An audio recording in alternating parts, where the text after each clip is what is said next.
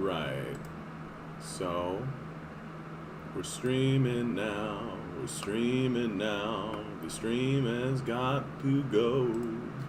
We're streaming now, I hope everybody knows it's time to stream. Let's sing a little song, talk about communism, that can't be wrong. Hey there, welcome to the stream. My fun little song. My dog's over there looking at me like, Jonathan, who are you talking to? What's going on? This isn't giving me peanut butter and scratches. That's true.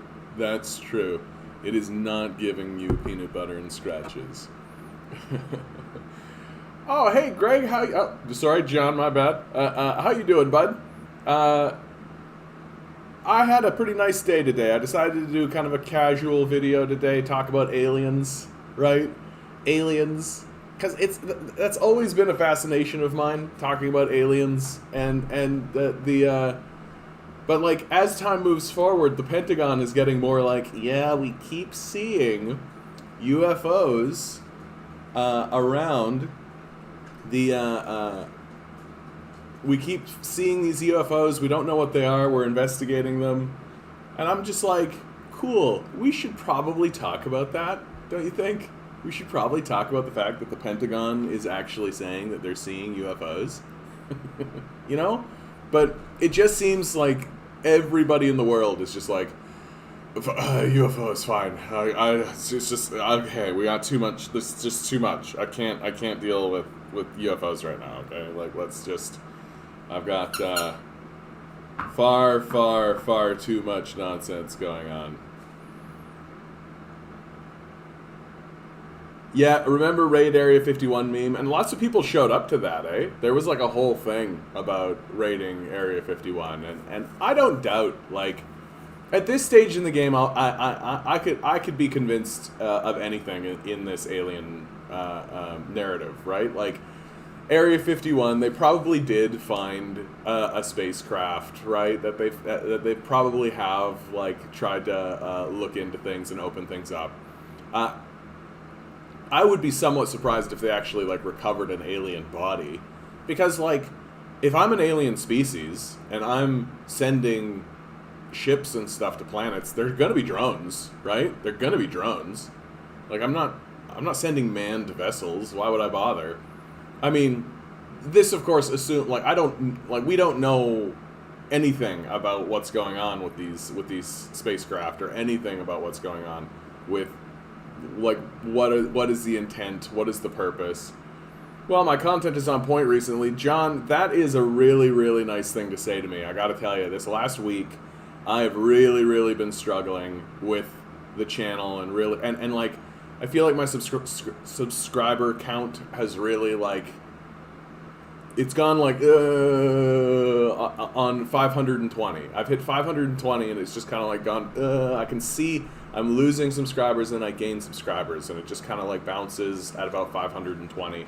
And I 100% know why I'm losing subscribers. It's because sometimes I make content that ends up attracting liberals, and I don't want there to be liberals around me. Which, that's not to say, like, I'd like to, just sipping on some bourbon myself, chilling with the doggy. In my honest opinion, you should upload some of your music. You're so talented. Oh, I love the reporting style videos out in the wild. Do more of those. That's so kind of you to say, bud. That's okay. I was actually thinking, I've been thinking for a long time. One of the videos that I'm going to show here in a couple of minutes is this fellow here. Has done a pretty good breakdown of the changes that the government is doing to CRB, EI, and OAS. I'd like to show everybody that. It's only like a 10-minute video, so easy to show. I'm thinking of doing a video about the tent cities. I keep talking about them. To me, it is like the fact that there are people living in tents. Like, it's outrageous. Like, it's outrageous that there are people living in these tent cities, and moreover that some of these tent cities have been cleared, but not to like actually resolve the issue. Like literally, just like we don't want to look at these. Like that's the general opinion of our political class here in Toronto. Like they just want to make it invisible. They just want to make sure that the people living in these 10 cities are completely cut off. And of course, usually I get out and end up at a protest, but the organization that usually lets me know about the protest is in the middle of their own convention, their own policy convention, and so everything's been organizing along those lines. Probably after this week, I will start to go back to protests and start to figure... Because one of the things, I really noticed this when I was back in university, right? There's no, like, central planning of any sort for protests, right? Everybody just it's all just a hodgepodge, and you like hear about these protests and you hear about what's happening like after the fact, if it's reported at all. And so I wish there was a more like central organizing for like I wish that like if the pro-Palestinian crowd is doing a protest, I wish that there was like a place that I could go. I believe strongly in social supports. There's a fact floating around of how many qualify for social assistance but don't receive it.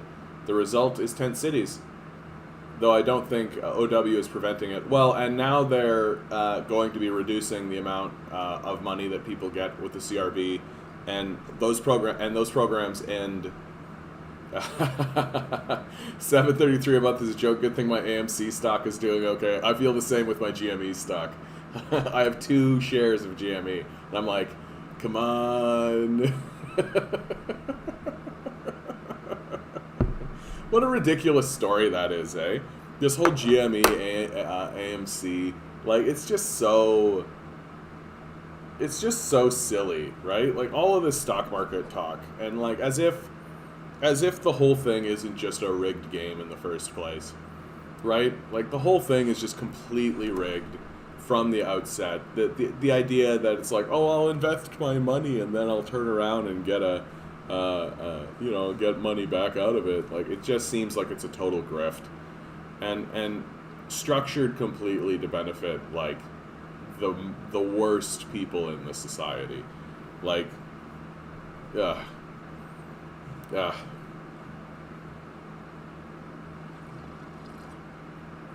So Joe Biden and Putin, Vladimir Putin, are planning to have a meeting with one another because, they are the leaders of a couple of superpowers. And Time Magazine is doing stupid stuff like this because, like, Russia is like, hey, Vince, how you doing, bud? Good to see you. Glad you're here. I'm having a kind of a relaxed, chill day today, so I had like big naps, which was nice. Just talking like Russia is in no way like I don't understand how anybody thinks that Russia is actually a threat to anything that the United States is doing. Like, if anything, Russia currently in its current configuration with its current leadership is essentially allied to the United States. Like they don't really. Like, the only reason why the United States kind of gets pissy at Russia is because Russia is willing to work with people who are in the neighborhood. You guys know me. What we're talking about the world. What's going to happen? We're going to open a map. Open a map. We're going to open a map right now. We're going to open the map. Have a look. What's going on around the world? Maps. Like, it makes sense that Russia would work with China. It makes sense that Russia would work with, like, Kazakhstan, Mongolia, right? Belarus, Ukraine, to a degree, because it's like they're on their borders, right? Like, it makes sense that Russia would want to have good alliances. Did you hear that Jack Harris is not running in the next election? That brings down to 3 NDP MPs that won't run this fall, and Jack Harris was NDP's foreign policy critic. How old is Jack Harris? Jack Harris. Wikipedia. Wonder who's going to get the new role now that this fall's election that NDP gets more seats. Yeah, we'll see. Oh, Newfoundland and Labrador. Oh yeah, dude, he's 70. He's 72. He's 72. Like, there's a big difference between like somebody who's no longer going to run because they've lost faith in the party or something like that, and a guy who's just retiring out, right? People, especially in the region, like people in the riding, are just going to be like, yeah, Jack Harris, he's 72. And then they're going to be like, oh, who's this guy? And that guy's going to come in and say things like, the spirit of Jack Harris, and Jack Harris ran this riding for, however many years, and people are going to be like, yeah, great, NDP, click. And so that's historically what happens, that when you have a retiring incumbent, it does open an opportunity, and that, because it's Newfoundland and Labrador, it would open up the opportunity for the Liberals to seize that seat. But I'm generally of the opinion that if the NDP has a seat on the East Coast, it's because there are people have agreed that they are NDPers. Have you seen the list of the incumbents not running? Surprisingly, so many people, to be honest. A lot more Conservatives and Liberals than Québécois and the NDP that won't run. A lot more Conservatives and Liberal than Québécois and NDP that won't run. Oh, so like there's just Conservatives and Liberals that aren't going to be running, and a lot more of them. I haven't seen this incumbents list you're talking about. Here. I wonder if I can find it. Canadian incumbents not running Canada.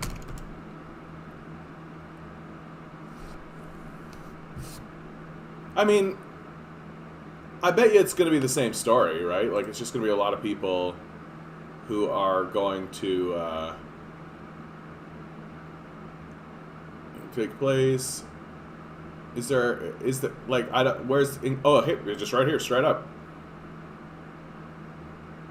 That's not that many. That's not that many. Like, how, there's like 300 seats, right? Like, there's 300 seats. With 338 seats, so 338 people, and out of that, it's 1, 2, 3, 4, 5, 6, 7, 8, 9, 10, 11, 12, 13, 14, 15, 16 total. That's not many. That's not many. So, it's this is a cool Wikipedia article, though. I should hang out here for a little bit, because like, I think that Annamie Paul is sunk. I think that her bid for the leadership of the Green Party is probably sunk. And it's just because, like, there is an intense amount of internal friction in that party, and it doesn't look like she has a handle on it. I wonder who's going to primary them. Yeah, it'll be interesting to see. Yeah, well, if it's not done, like, I'm not saying the Green Party is done, right? But I am saying that Annamie Paul as leader is probably done. Might as well get Greens to vote NDP if they really, yeah, exactly. Like, why do the Greens exist anymore? Like, why do the Greens exist anymore? And especially in this configuration, right? Like, even though the Green Party was always kind of just like neoliberal environmentalism, like, or if you prefer conservative environmentalism, even though they were always kind of like that, like just capitalist environmentalism, Elizabeth May really gave the impression that she herself was like more socially minded, more socialist in her outlook, and willing to take strong stands on positions that were more lefty. Hey Vince, bud, you don't need to put at the Canadian Commie on everything. I see you. I see you, bud. Yeah, the Greens are polling at 4% right now, which is down from where they usually poll. They usually poll up at around 6%. They'll probably remain with their seats, right? Hey Ruth, how you doing today? Thanks for popping in. Yeah, no, don't worry about it, bud. I understand. It's just like a lot of like at the Canadian Commie, and I'm like, who else could you be talking to, right? But Yeah, with Elizabeth May really always gave the impression of being more socialist, more kind of leftist, even though in terms of policies she really was just kind of a conservative in her view. But like Annamie Paul, I feel like has come in and and it's unfortunate. It is unfortunate that she's come in right when the Green Party is in the midst of this like enormous crisis of identity. They have an identity crisis, is what it is, and they're really asking themselves like, okay, are we just green capitalists, right, or are we socialists? And there is a big segment of the party that wants it to be socialist, and young people are getting into the Green Party, and they're going in to turn it into a socialist party. And Annamie Paul doesn't really, like, she wants it to be like a neoliberal party, right? And I just don't think that's going to be on the cards for her. In this election, I think they'll probably do pretty badly, because I think, as you say, like, why wouldn't I go for the NDP? Like, if I'm going to be voting Green, I feel like I'm going to be voting NDP anyway. Told my friend about you today at our lunch out back. That's sweet of you, Ruth. Thank you so much. She said she'll check you out when she has the time. Yeah, she's probably doing that thing where she's like, sure, I'll check it out. She won't check it out. She won't. Maybe she will, though. Thanks for talking about it, Ruth. I appreciate it. That's really nice. Guys, I got to be straight with you. I know there's not a lot of you in the chat right now, but like, for the people who are watching after the fact, it is absolutely a pleasure. Like, it is absolutely a pleasure to talk to you guys in the chat. Yesterday, I really realized it. Like, I have been going through this like anxiety bubble of like the channel's not growing fast and I need it to grow, and I've had periods of growth where it was way faster, and why isn't it going on, and all this kind of stuff. And after yesterday's video, I just like paused and I really realized like, wow, like I'm so fortunate. I'm so fortunate and I'm so lucky that when I start this stream at 6, there are people who come in and who want to talk with me, who want to tell me, who want to inform me about what's going on, who want to talk about subjects, and who want to learn and grow outside of this like corporate nonsense environment that we all live in. And I'm so lucky that like people like Ruth, people like Vince, people like John, right? And there's plenty of other people like Demand Better, Jeff keep showing up, and I'm so fortunate that we're all coming together to embark on this journey, and I just that's the reason. That's a big reason why my video I did aliens today, because it's like it's so easy to get caught in like this angst bubble, right? To really just get all caught up in the idea that like, oh, we're in a decline, and oh, everything's shitty, and oh my god, it's never gonna get better, and it's horrible, and like, but you know what? Even if all of that's true, right? At least we have each other. And isn't that kind of nice? Isn't that kind of nice? Hey, bud, how you doing today? Demand Better. Glad you're here. Glad you're here, bud. Glad you're here. Yeah, we're back on federal politics. Vince was just pointing out lots of people not. We got what is it? Incumbents not running for re-election. It's not that many, and it seems like fairly spread out evenly, right? Like 1, 2, 3, 4, 5 liberals.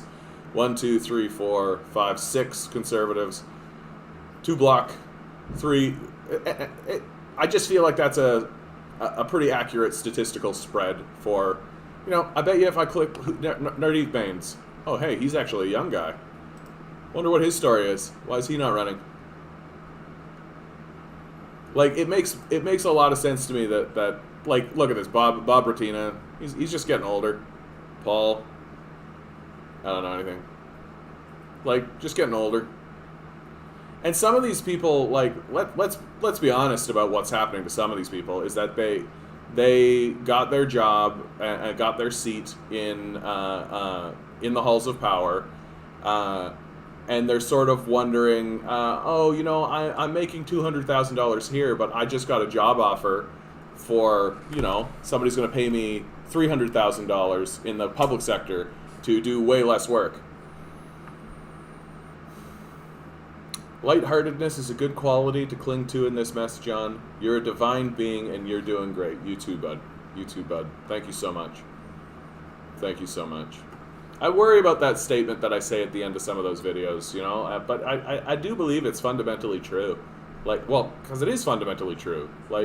We're quantum creatures. We are created by some kind of quantum signature, and we don't understand what we're doing here, and we don't understand what is this all about? What's the purpose of it? And when I dwell on that subject, the only thing that I can come up with that makes any sense whatsoever is that the quantum signature is itself attempting to figure out itself, and is doing it by communicating with itself, and that's us. And that's what we're doing here.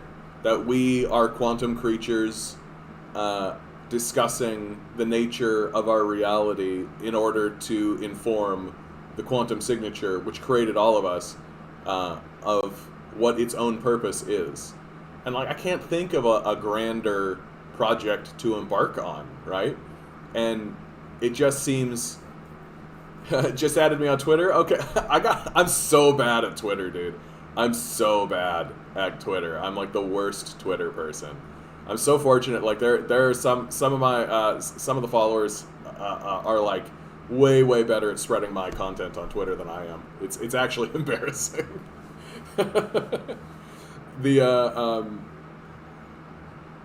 And I can't think of a more grand project, and it seems like the main conversation that we are having is between people who understand that we are all one thing, right? That we are all just different aspects of one larger system or energy or whatever, and people who have deluded themselves into believing that no, I am separate from the whole, that I am an individual separate from the collective, and that seems to be the major sticking point between all of us. That there are people who genuinely believe that their own energy and their own individualism somehow supersedes the whole, which I just can't help but walk away from that kind of thinking, being man, that's how arrogant are you? How arrogant can you be to genuinely believe that your own personal energy supersedes the collective energy of not only all the people who are currently alive, but all of the people that superseded you, as well as the energy of the universe itself? I can't imagine a more arrogant position to take. That, oh, it's just you need to individualize and bootstrap yourself and get a job and pull yourself up because your own personal energy can supersede the entire energy of all forces in the universe. Unity is a great principle. It's rather anti-capitalist, where dog eats dog. Well, and capitalism itself is just it's so funny because workers get blamed anytime a worker asks for, a better living condition, what's the first thing they get told? Oh, you're just being lazy, right? But nobody's lazier than a capitalist. Nobody's lazier than a capitalist. Capitalists do no work. They provide they provide no value whatsoever. They're just these parasites, these energy siphons, and they accuse the people who are actually doing work and actually trying to move things forward, and they accuse those people of being the lazy ones. It's just so ridiculous. Following people who are following someone you closely agree with is the best way to get followers on Twitter. I've got almost 1,000, which isn't much yet. Wow. Yeah, I just don't know anything about Twitter. I'm just but okay, I'll take your advice. I will follow people who are following someone I closely agree with. I should start following people like Richard Wolff probably have a Twitter feed. Robert Reich or whatever has a Twitter feed. I just spend exactly 0 time on that, and anytime I do go on Twitter, I literally just flick something up and then leave. I don't spend any time sifting through other people's tweets or any of that. Like it's not how I get my news. It's not how I get any information or anything. And I kind of find it a bit confusing and overwhelming for the most part. Like I'm very old manish when it comes to Twitter. Very old manish when it comes to Twitter. So, but oh, I know, Milo. Oh, I know. My dog, he's looking at his peanut butter Kong and being like, I could have more peanut butter. Yes, you could, buddy. Yes, you could. You're almost out of peanut butter, buddy. You're almost out of peanut butter. Yes, you are. Yes, you are, my sweet little guy. Okay, buddy, this is it. This is it. No more peanut butter after this. Okay. Okay. All right. This nonsense. Like, the United States is, like, encircling Russia, right? And, like, I just... Like, Russia's got, like, half the population of the United States. Like, it's not... The only reason Russia is threatening at all is because they're willing to work with the people who are around them, and that includes places like China, right? And the Americans have such a weird perspective on Russia. They have this, like... And it's like classic fascism, right? Like, where... oh, the Russians are weak, we defeated them in the Cold War, right? Like, oh, yeah, they're in the Second World, and they're behind us in every way, but they're so powerful they can decide our elections, right? Like, it's classic fascism to say that your enemies are simultaneously weak and strong. And like, we'll probably see later that the United States has, like, flown jets over Russian airspace that have nuclear bombs inside of them, right? Like, they've been doing that recently, as obviously as a way to, like, scare the shit out of the Russians, right? And it creates, like, this Dr. Strangelove situation where, like, the Russians are sitting there being like, are you gonna fucking drop nukes on us, dude? Like, what's the story here? And, like, we will retaliate. And the entire time that that's happening, here's something that nobody in the West seems to understand, but Vladimir Putin has been calling for a de-escalation of nuclear bombs for a long time. Like, he's been in power for quite some time, and he has worked with presidents who have shown interest in dismantling nuclear bombs, right? Like, Ronald Reagan dismantled a lot of nuclear bombs and worked with a lot of countries in order to dismantle nuclear bombs. And it just seems like today it's completely off the table. Nobody's interested in dismantling nuclear bombs. Even while people like Vladimir Putin and China are like, hey, do you think we could have less of these? Like, do you think that, honestly, we could do with less of these nuclear bombs? And it just kind of flows into my overarching point about aliens, right? Which is like, aliens have got to be looking at us being like, hey, what's with those nukes? What's up? Like, any species that's going to make a weapon that is powerful enough to destroy itself is definitely a species that you need to look at and be like, there is something wrong here. Like, there is something desperately wrong. I am of the opinion that the creation of nuclear bombs themselves is an atrocity. Just not even using them, just having them, just even building a nuclear bomb is itself an atrocity, right? And it makes sense that the Americans used, like, Nazis to build them. Like, we're as a species, we're just out of our minds, and we just keep doing it. But that's what happens when you lose connection to the quantum signature, right? How long has it been since the entire peninsula is free? We're here to liberate Korea. Nice, so you're going to get rid of the Japanese colonial government, right? You're going to get rid of the Japanese colonial government, right? I love this meme format. I love this meme format so much. Just like, statement, sweet, it's going to get better. Stare, it's going to get better, right? It's so perfect. And it doesn't hurt that Natalie Portman is a babe. That doesn't hurt. That doesn't hurt. Join over 2,000 of our Denver janitors for a celebration rally in March on International Justice for Janitors Day. Who knew? Who knew? Did you guys know that there was a Justice for Janitors Day? Look at this. Justice for janitors. I love it. You know what, man? Like, if ever there was a profession that has been heavily denigrated in our society, but is actually amongst the most noble of professions, it's janitors. I remember when I was growing up, in my school, we had a janitor, right? And he was constantly used as a example of where you don't want to end up. People would constantly say to me, like, "Oh, you got to get educated, or you're going to end up like this guy, right? You better do what you're told, or you're going to end up like this guy over here." And as I've gotten older, I'm just like, "Oh, I was raised by absolute shitbags. I was raised like my educators were absolute shitbags, who looked at these janitors who were keeping the place clean, right, making sure that everything was in good repair, and that everything was nice for everyone, right?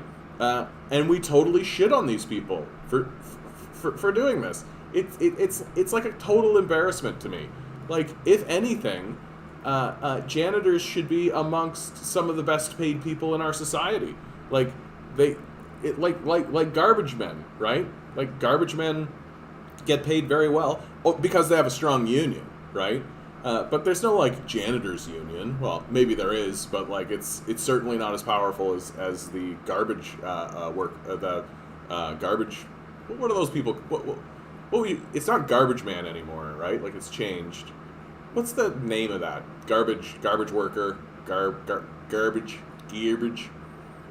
God, like, anyway, and it's yeah, sanitation worker. That's exactly what it is now, sanitation worker. Well, and that's just it. Like, I really hate talking to these conservative types who are like, "I don't want to pay for somebody else's garbage collection." And then I'm like, "Oh, okay, so, like, now you've got trash in the streets, right? Like, so you don't want to pay to pick up somebody else's trash because you have a weird little narrow view of how the world actually works. So now there's piles of trash outside this person's house because they can't pay to have it removed." And then they'll say something stupid like, "Well, then we should fine them and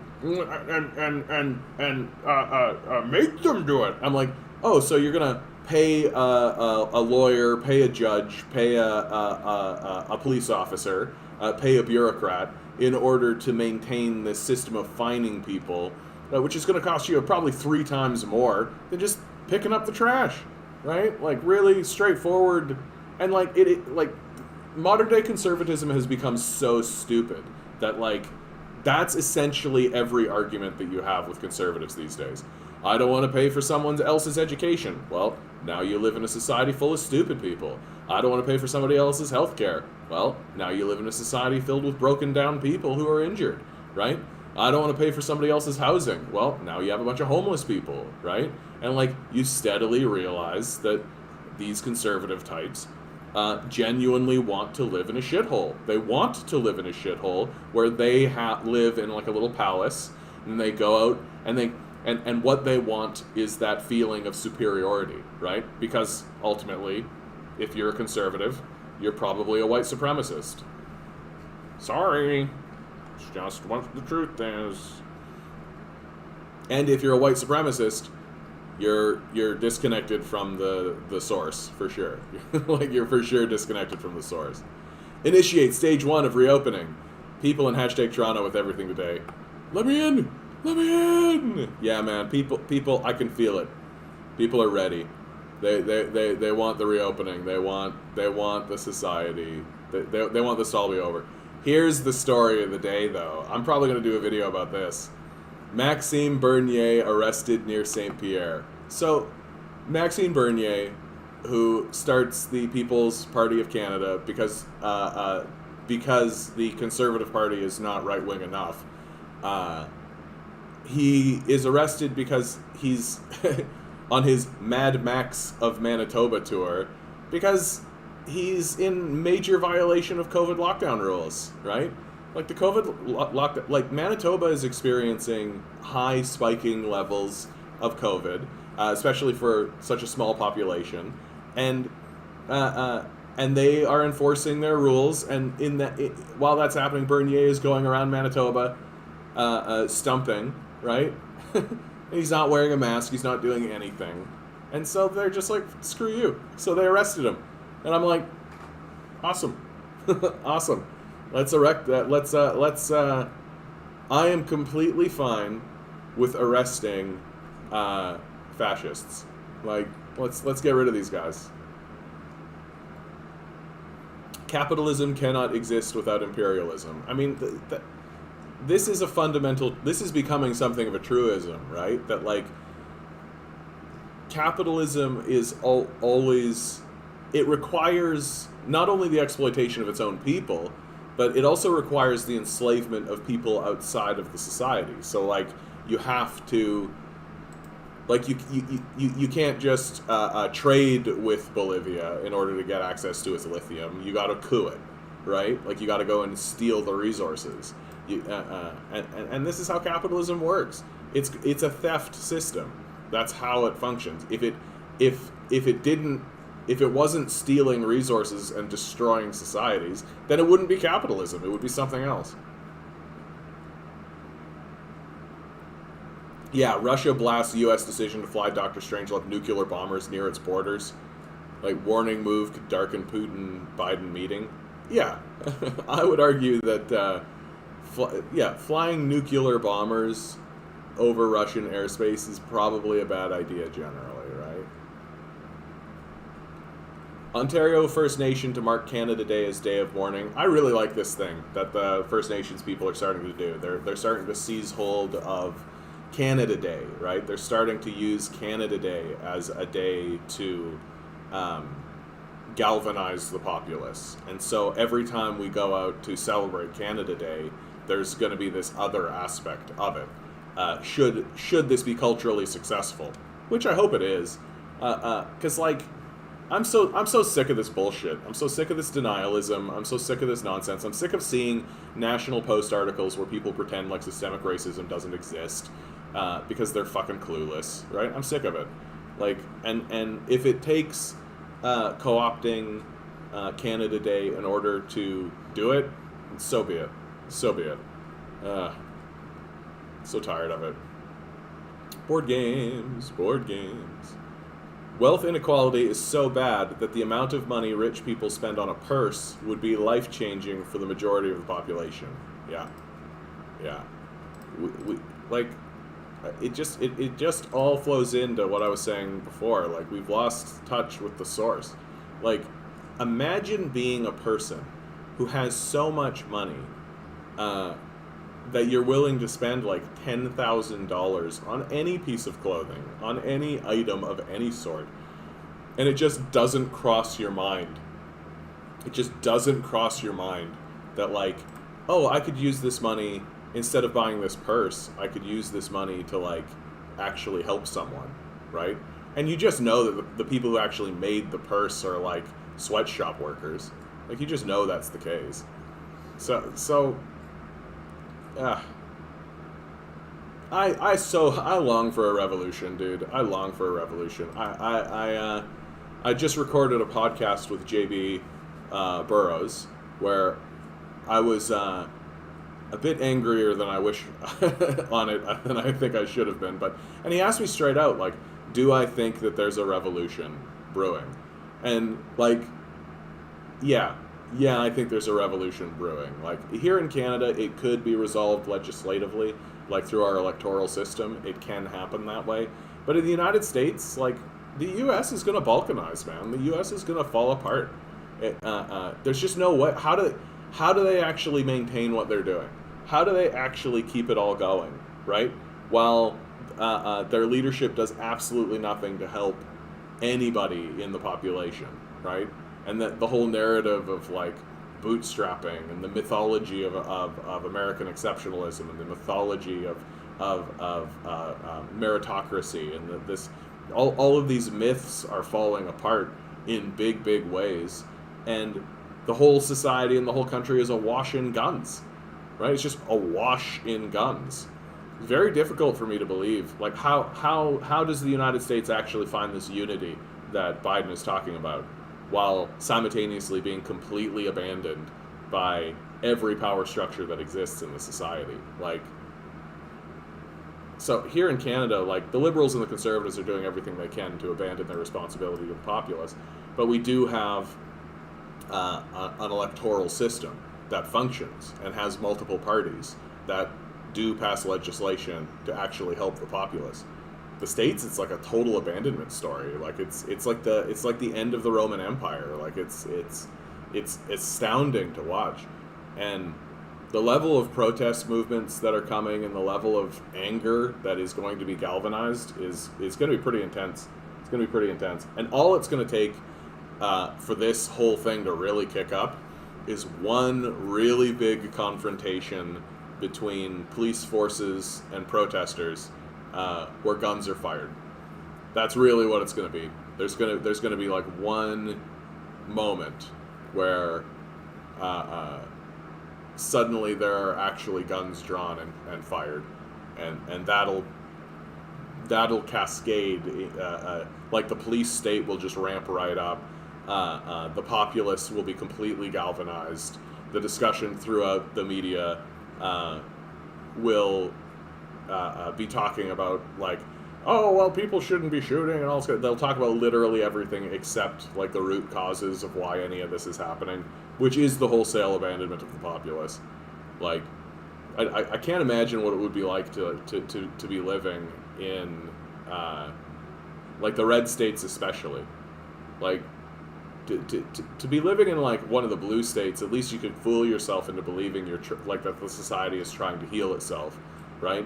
But if you're still living in a red state, like, oof. The red state, like, the Republicans have abandoned even the precept, even the propaganda of trying to help anybody, right? They're not even pretending anymore. They're literally just like, do it yourself, get fucked, and that's it. Wait. Hope you guys are doing well out there.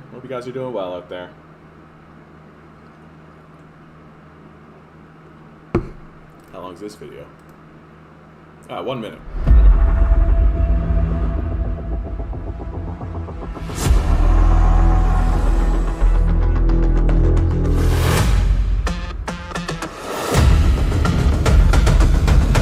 Pro-military propaganda is all the same.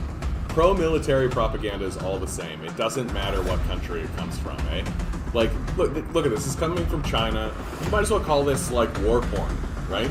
This is just like, look how sleek and cool and powerful, right? Like, oh yeah, China. There's actually a really scary fact that people don't know about the Chinese military. That there was so the Americans have. They'll occasionally float, like, cruisers and stuff into the South China Sea, right? Because America wags its dick all the time and like, of course they're flying nuclear bombers on Russia's border. Of course they're gonna send destroyers and carriers and things like this into the South China Sea, right? Just as, like, that classic alpha American flex of, like, yeah, America. But not that long ago, they took a whole bunch of their ships and they sent it to the South China Sea, and then the Chinese lifted a sub up in the middle of all these destroyers, and the Americans didn't detect the sub. Like, they didn't detect the sub until it actually was out of the water. And what is this but China being like, oh, you've sent boats over here, eh? So, did you see this coming? Right? We could have just shot missiles at you. Would you have known where they came from? Would you have seen it coming? No. So the Chinese have invested heavily in stealth technology and are using stealth technology in order to just step around United States detection systems. And of course this is something the United States doesn't talk about, that the Chinese military technology is actually better than the American military technology, because so much of American military strategy relies on shock and awe, right? That, like, we'll just go in there with huge, overwhelming force, and that shock and awe is our prevailing strategy, which is why they, like, you know, they like bomb the shit out of Vietnam. They don't have any objective, or bomb the shit out of Cambodia, right? They don't have an objective. They don't have an idea of seizing and holding a place. It's just like overwhelming force is their whole strategy. And along comes China, who is spending like 1/5 the amount of money that the United States is spending on their military, and it's just like, oh, here's a piece of technology that you didn't see coming. Here's something unique and interesting that you just didn't understand existed in the world, right? We've got submarines that can sidestep your detection. Get fucked. And I think that moment, that really was, and that happened like 2009, 2010, and that's really the moment when the Americans like sat up and went, oh, like, because if China can raise an undetected submarine in the South China Sea, they can do that off the coast. They can have a submarine just right here, right? Just think about that. China just lifts up a submarine. Here's New York, right? Not hard to put two and two together, and they've got a sub, and it's just like the Americans have no idea it was there. And this caused a whole kerfuffle, because then the Americans started to invest in detection technology that actually killed a lot of sea life, right? That it would actually mess with the sonar that whales use, and so it would just completely destroy them. But the Americans don't care about that. Who cares about sea life, right?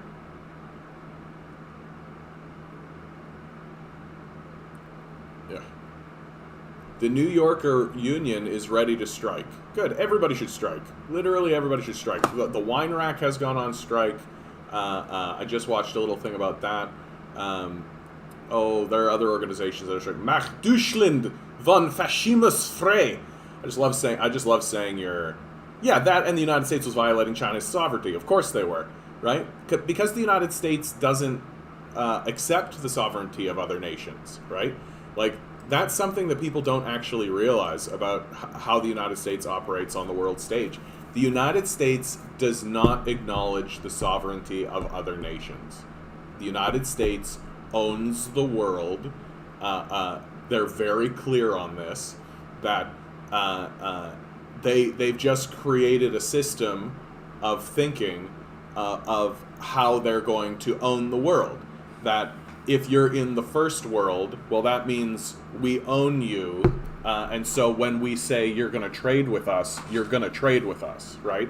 And if you say you're not going to trade with us, well, then we have other methods. We can put you in the third world, right? We can bomb you. We can send troops in here, right? We absolutely have done that. And so the United States, and this is the reason why The Hague has declared the United States as a rogue terrorist nation, right? And it's the reason why people like Dick Cheney and George Bush can't travel, because there are many nations that if these guys actually go to, they will be arrested. Like, they will step off the plane and be arrested, because they are war criminals. Like, they are significant high-level war criminals, on the same level as Hitler or Mussolini, right? And the idea that Clinton, both Clintons, but Hillary Clinton, Hillary Clinton is extremely responsible for the destruction of Libya, which is like one of the largest unspoken atrocities that exists in our society, right? Like, Libya was literally a jewel of Africa. It had the strongest economy in Africa, and its economy was even stronger than many of the European nations. Gaddafi had essentially eliminated homelessness, had improved the living standards of his own people significantly, provided free healthcare, provided free education. Libya was like this shining jewel that nobody believed could exist, right? Like, this is a desert. This is a desert. Nobody believed that such a society could actually exist, and Gaddafi came along and made it happen, right? Improved the lives of everybody else, and they executed him for it. And then destroyed the project that he had spent his life doing so thoroughly that now there are open-air slave markets in Libya. It's an atrocity. It's a high-level atrocity, and people like Hillary Clinton should be hung for it. Like it's a major international crime, but it's because the United States doesn't give a shit about this idea of sovereignty. You can't have sovereignty when you're a slave to the United States. We own this place. Right? That's their position. We own this place. And the only reason they're even negotiating with places like China and Russia is because they have nuclear bombs. And the negotiation isn't like, oh, how can we find like peaceful trade relations with one another, right? Like it's never along those lines. It's always surrounding the idea of like, how can we more thoroughly dominate you? And it's going to be a failing strategy, right? Like, the United States is isolating itself very badly. And there's going to be, like, lots and lots of negative consequences from what the United States is doing. That, like, the Belt and Road Initiative is going to connect China and Russia and Europe to each other in strong and powerful ways, while the United States kind of squalls in the corner. And when the dollar collapses and when the economy tanks, which it has to because that's how capitalism works, like, the rest of the world is basically just going to, go like, oh, okay, well, anyway, and move on. And the United States is going to fall behind further and further. And so for us here in Canada, like, Stephen Harper knew this, right? Stephen Harper was really, really aware. And the current Liberals are somewhat aware of it as well, but Stephen Harper was, like, outspoken about it. Like, we need to disconnect from these guys. Like, these guys are in a major decline, and it's 100% because of this, like, white supremacist outlook they have, right? That they genuinely believe that America is exceptional because we're white, and that we have the right to own and dominate the world. And it's going to completely backfire in major, major, major ways. And I gotta say again, bud, I love your name. I love your name. Mach Deutschland von Faschimist Frday. I just love it. Maybe the market was telling you to raise wages. Stay home and still get paid. Jobs go unfilled as frustrated employers blame COVID payouts. This whole narrative, I hate this whole narrative. This entire narrative that puts jobs and employers ahead of, like, members of the populace. Like, people should have enough to pay their bills. They should have food and shelter, and it shouldn't be connected to the idea that they need to sell themselves to a market dominated by billionaires. And these whinging complaints that come out of places like the National Post and the Globe and Mail that, oh, people have food and shelter now provided by the government. Oh, I can't enslave them to my system of capitalist exploitation. Well, like, oh no, we could restructure our society to be completely different. We know that we could restructure our entire society to not be based on this absurdist capitalist business cycle. That we can provide food and shelter to the populace. We can provide higher standards of living. We can provide education. We can provide healthcare. We can provide these things to the society. We just don't want to, right? And it's just like this disgusting corrosion of empathy and compassion. Like, when I was growing up, like, the everyone around me was always, like, so proud of this idea that they passed a universal healthcare system. And there was always this idea that, like, I want my children's life to be better than mine, right? There was always this idea surrounding, but, like, somehow embedded in the imagination and the consciousness of the populace is this idea that a better society means everyone is working menial bullshit, pointless jobs that don't do anything, right? Like, it's sorry to say it, if you're working at a Starbucks, right, like, making lattes for the Karens of the world, that's meaningless. Like, it's meaningless work. Like if that's what you want to do, like if that's what you have at the core of your being, and you're like, I am here to make lattes, fantastic. But like people are yeah, exactly, the nerve of people not taking useless jobs because the pay sucks. Yeah, and like, but I take it even like one step further. Like, why is it that we have allowed jobs to supersede people's humanity, right? That we are not defined by our humanity. We are not defined as being quantum beings in a divine energy, right? That's not our distinguishing factor. What distinguishes us is our job, right? That we are defined by we are defined by what method we permit capitalism to exploit us. Like that's what defines us.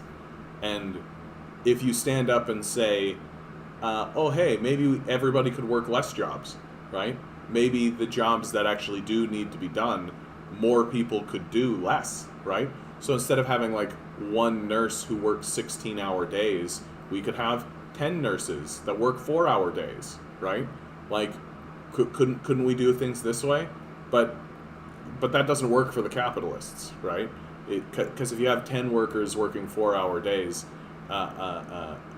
you've got to pay benefits. So it's costing us more. So forget it. I think everybody should not show up at work and strike till the government pays up. Well, and that's kind of what's happening here, right? Like that's kind of what's happening is that people are intrinsically understanding that the society is rigged, that it's not working, and there's this narrative of like we need to get organized, we need to actually get together, but the populace itself is starting to just like on an individual one-to-one basis is starting to just go like if especially if I'm like Gen Z, like if I'm under the age of 30, right? Like I'm not working for these fucking sociopaths. Fuck that. I'm gonna go do literally anything else. Like, and I'm not, and I haven't even begun to talk about the fact that the society is structured to destroy the civilization, right? Like climate change wipes us out, and I continuously talk to delusional conservatives who are like, even conservatives who acknowledge that climate change is real, are still saying things like, oh no, we'll adapt. Right, we'll change to it, and it's just like this high level arrogance that flows into that idea of like, no, your individual energy can supersede the energy of the entire universe.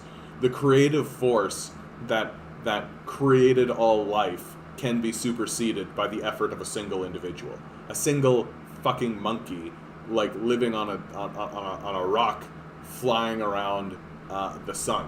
And there's absolutely no like acceptance or humility or even basic contemplation on the idea that like, no, if the earth decides to wipe us out, we get wiped out.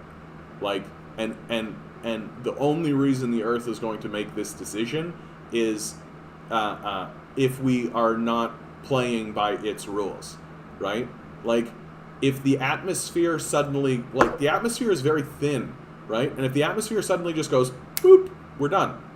We're finished. It's over, right? And, like, if the Earth heats up by 5 degrees, it's done. We're over, right? We're not going to adapt. That's childish to say that that's the case. And yet, there are huge sections of the populace that believe that, oh yeah, if the protective layer that protects us from the UV radiation that we're constantly bombarding with us suddenly disappears, we'll just adapt. What the fuck are you talking about? No, we won't. Like, no, we won't. This place will look like fucking Mars. We'll get completely burned off the face of the planet. And like, but oh, you gotta go get a fucking job making lattes, right? This is what we are telling our kids. Like, this is what we are telling people under the age of 30. We are literally saying to them, the society is structured to burn you off the face of the planet and ensure everyone dies, but you gotta get a job flipping burgers. Like, they're not gonna do that. Like, they're just not, they're fucking not, right? Like we're in the midst of this high level existential crisis, and conservatives are still acting like they live in the 1950s. Like, Jesus. And the true problem, if you ask me, is that, like, these conservatives are not dying fast enough, right? Like, they're not dying fast enough. That if the climate change crisis was coming to a head in 2050, right, instead of now, which is when it's happening, we'd be much farther along because these boomers would be gone, right? But they got to turn around and vote conservative because, you know, when I was a kid, I just shook a guy's hand and got a job with a, you know, grade 9 education that let me pay for a wife, 3 kids, a house, and a car. And it's weird that you can't do the same thing, so there must be something wrong with you, right? Like, it's just this embarrassment of idiocy. Can you tell I'm a bit upset about it? Can you tell that I've been dealing with the, like, get a job crowd? Get a job. I can't believe it. I can't believe people are still saying this. There's literally tent cities. There's literally people living in tent cities, many of whom have jobs. And, like, people are still just like, oh, just get a job. That'll fix it. Donald Trump, man. What a ridiculous character.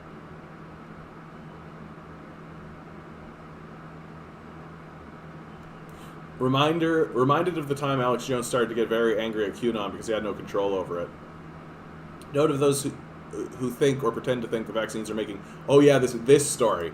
Hey Matt, how you doing, bud?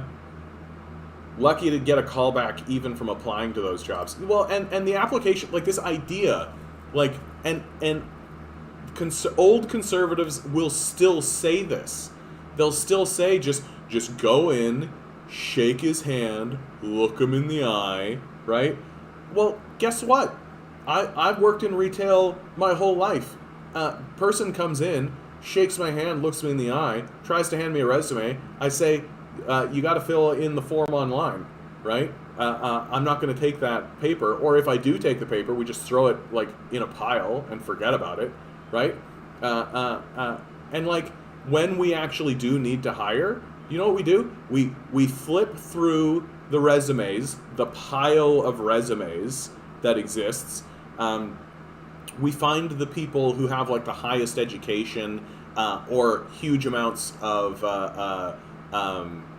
volunteering, right, that kind of thing, and we put them in a smaller pile, right? Then we call those people, and a lot of these, like, resumes have been given to us, and they've been sitting there for a year, right? And so that smaller pile diminishes to, like, 2 or 3 people based on just, like, their resume, because we call people and they're like, oh no, I have a job, or no, I'm no longer interested, or because they've moved on. And then we get, like, 3 people in, interview them, and then just kind of decide based on the vibe that they're giving, more or less. And that entire process takes, like, a year. It takes, like, this enormous amount of time. And 9 times out of 10, no, 99 times out of 100, the reason why a person is getting a job in an establishment is because they know somebody who already works there, right? Like, this idea that you're just going to go in cold, shake a guy's hand, and he's going to hire you on the spot is embarrassing. It's an embarrassing thing to say, and the people who are saying it are delusional. And yet it still persists, right? It still persists. And these people vote. Like, it's shocking.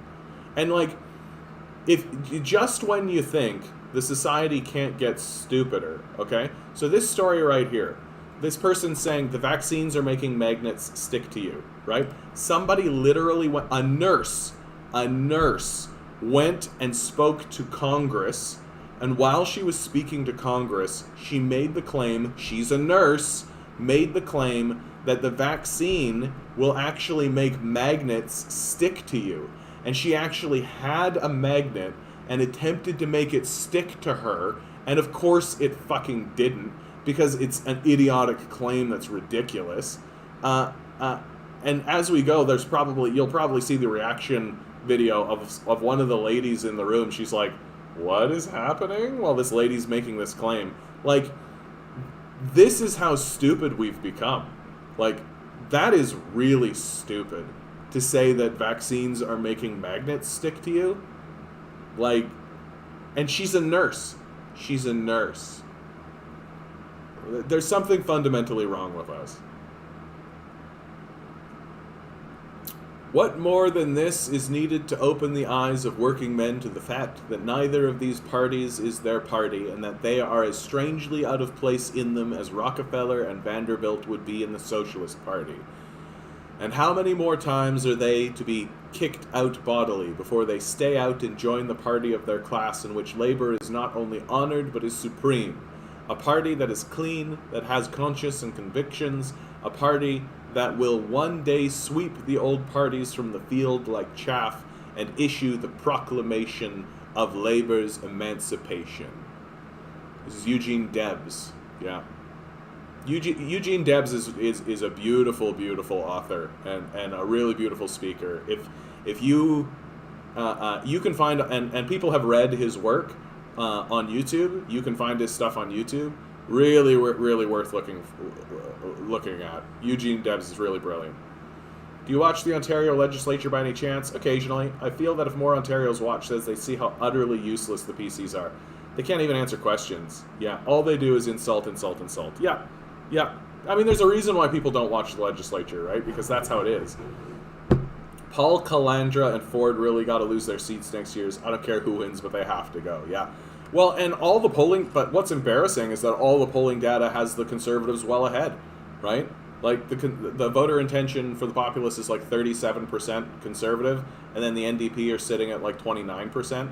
So like, and that can change, right? That can change, but like, Ontarians, like, the longer we go along and the older I get, the more I see that, like, Ontarians are just kind of embarrassing. Like, they're just, it's like the old grandpa who's saying, just go shake his hand, right? Look him in the eye, right? That's Ontario. Why advocates for foster care for Indigenous children? Why advocates say foster care for Indigenous children is the new residential school? I mean, yeah. I worked with the foster care system through my youth, and at the time I didn't really have a fundamental understanding of what was happening, but like the foster care system is really weird. Like it's really weird what happens. Like they can just go take children away from these First Nations parents. It's like it's very like and people who claim that like systemic racism doesn't exist in the society. Okay, like foster care is weird. Like it's just friggin' weird. Nurses got fired from a hospital for not getting vaxxed, and the hospital said you took an oath to protect the people in your care, and getting vaccinated saves lives. What do you think? I mean,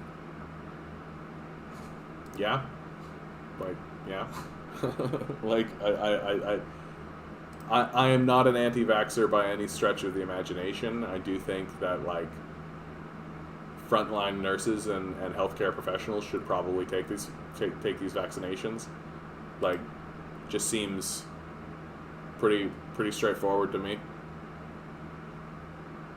Was 9/11 an inside job? I mean, I love talking about 9/11. I'm not going to spend much time of it here, but I do love it. Like, if I was having a drink with a buddy and we got talking about 9/11, I'd be having a great time, right? Like, yep, the U.S. created Al-Qaeda, the U.S. trained bin Laden, the U.S. is a police surveillance state, yet allowed multiple planes to be hijacked. The U.S. has the wealthiest military, has zero anti-air defenses. The towers fell straight down, which is odd. The U.S. conveniently approved every espionage and police brutality related law they had for a long time. Like, there's all kinds of things. Like the eyewitness accounts from the fire department, they talk about hearing explosions and bombs. We have footage of the steel beams at the base of the tower having been melted, right? Not snapped or collapsed, but melted. All of the anytime anybody tries to create the pancake theory of how the towers fell down, right? How they fell down like the way that they did, they always exclude the fact that the towers have internal structures in them, right? They pretend as though the towers are just like a series of platforms that go like this, but there's actually like internal support structures designed specifically to prevent such a thing from happening, right? Like, those towers were built to withstand enormous. Yeah, exactly. Well, and prior to then, steel beams had never been destroyed due to fire. And we also have, like, planes have hit buildings before. There's all kinds of situations where in, like, Madrid, a plane hits one of these towers, and the tower literally burns. Like, the whole thing burns. And the steel beams stay up, right? A plane has hit the Empire State Building, right? There's all kinds of... and then on top of that, like, you do have, like, fairly high-level professionals, like Noam Chomsky, looking at the official 9/11 report and just being like, this is all bullshit, right? And it's bullshit for obvious reasons. Like, there's just... And so the 9/11 situation, right, it's fun to talk about, but it is a dead end, right? It is a dead end. And again, I refer to Noam Chomsky. Like, I spent a good, like, 2 years being, like, a straight-up 9/11 truther, right? And just being like, we can prove it, and we're gonna change this narrative and all this. But then Noam Chomsky just stood up and said, like, okay, let's say that we do prove it. Let's say that we have the evidence, and we show that Bush was responsible for 9/11, that he was responsible for planning, and that the Bush administration was part of that thing. So... We literally have them lying to Congress with the WMD lie and the anthrax little baggie, right? All that. We literally have them dead to rights, lying and committing to a major war crimes that are provable. We can see them. We have all the evidence. You don't even need to really make a case. You don't even need to do an investigation. We saw it. There it is. And we didn't arrest them. Nothing happened to them. They're free to walk around. Everything's totally fine. So why are you talking about 9/11? And that was the moment where I was just like, yep. Like, if I'm part of the Bush administration, I'm happy people are talking about 9/11. I'm happy people are talking about, like, was 9/11 an inside job? I'm super happy people are talking about that. Because as long as you're talking about that, you're not talking about the fact that George W. Bush and Bush Cheney are, like, Hitler-level war criminals, and it's obvious, and you can see it, right? That it's like overt in front of your face, like right here, like right friggin' here, like you couldn't miss it. And so if I'm George Bush and I'm Dick Cheney and all these guys, yeah, please talk about 9/11 being an inside job. In fact, here, I'll throw out a little piece of evidence. I'll do, like, a little scrap of thing to rekindle this conversation. Because as long as you're talking about that, you're not talking about the fact that we are fucking Nazis. Like, overt, open, destroy the whole world fucking Nazis. So I do like talking about 9/11 as, like, a curiosity or something of interest, like a hobby. But from an actual, like, politics conversation, it is a dead end. Like, even if you proved it, even if it was, like, dead to rights proven. So, corporations have destroyed the revolutionary potential of the internet with advertising, dystopian surveillance, addictive algorithms, and walled gardens. Yet you participate in the internet. Curious. I am very intelligent. Yeah. This is a riff on Ben Shabibo, right? And the more and more I listen to Ben Shapiro, the more and more I think that he actually just does have a fairly significant mental illness. Like, that the way he talks, like the speed and the cadence, and his inability to be intelligent, and his inability to, like, accept rational thinking, the fact that he's like he lies constantly. He's like, obviously he lies to such a level that it has to be part of a mental illness. Like, if you're going to lie so aggressively while simultaneously claiming to be interested in the truth, like, there's something going on there that doesn't border on mental illness. Like, it seems as though it is a complete and total mental illness. And this meme captures it so perfectly, because, like, who the fuck would say this kind of thing, right? Oh, and yet you participate in the internet, or, like, oh, yet you participate in feudalism. Oh, yet you participate in capitalism. Like, it's such a fucking stupid thing to say. Like, oh, you participate in the system that's designed to exploit you. Yeah, of course I do. I'm being exploited by it. Like, what do you fucking think? It's like a slave standing up and saying, boy, I wish I wasn't a slave, and the person saying, and yet you participate in slavery. Like, there's something wrong with that person's mind. And the only reason somebody like Ben Shapiro is taken seriously is because he's rich. That's it. Like, if he wasn't rich, people would be like, this guy's fucking out of his mind, because he is. He obviously has a significant mental illness, and it's and we're all just like watching this delusional madman spew his garbage into the world, and people take it seriously because we worship money, right? And Ben Shapiro has money, so therefore he must be serious. When he's like literally, like, it's actually quite sad. Like, it's like you're watching a mental. It's like the rebirth. Like, people used to go to sanitariums and like pay money to look at people who have mental illnesses as if they were like zoo creatures, right? And that's, in my view, what is happening with Ben Shapiro. It's like people are like tuning in to see what the crazy person has to say. The problem being, of course, that many people are going like, wow, that's a good point, Ben, when he says like the most insane shit you've ever heard in your life. Stuff that's easily falsifiable, absolutely ridiculous, and just entrenched in like a high level delusion. And like, the guy says like, facts don't care about your feelings and we need to use evidence and reason, but he's also said that his goal is to verify the veracity of the Torah, right? Like, that's his fundamental goal, is to verify the veracity of the Torah. So he starts at the conclusion that the Torah is the work of God, right?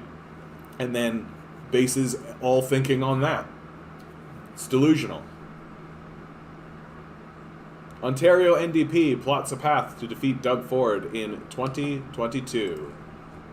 Let's actually see about this, because I have many opinions about this. Is this... exclusive. Blocked. Let's see. Sometimes people do good things in the comments. Here you go. Here you go. The party consistently trails the ruling Conservatives, yeah. Despite the apparent bad news, NDP strategy believes times are great. We've never been in a better position. I think actually this is true, right? That includes fundraising, candidate selection, volunteer recruitment. NDP strategists realized when they started a year ago to plan for the next election, and the best thing going for them was Ford himself. That's so funny. They do have a fighting chance. Angus Reid indicates Ford's personal approval rating, which hit 69% in the spring of 2020. Nice. Now is half that level and is down 15 percentage points in the last 3 months. Yeah, screw this guy. He's a fucking sociopath.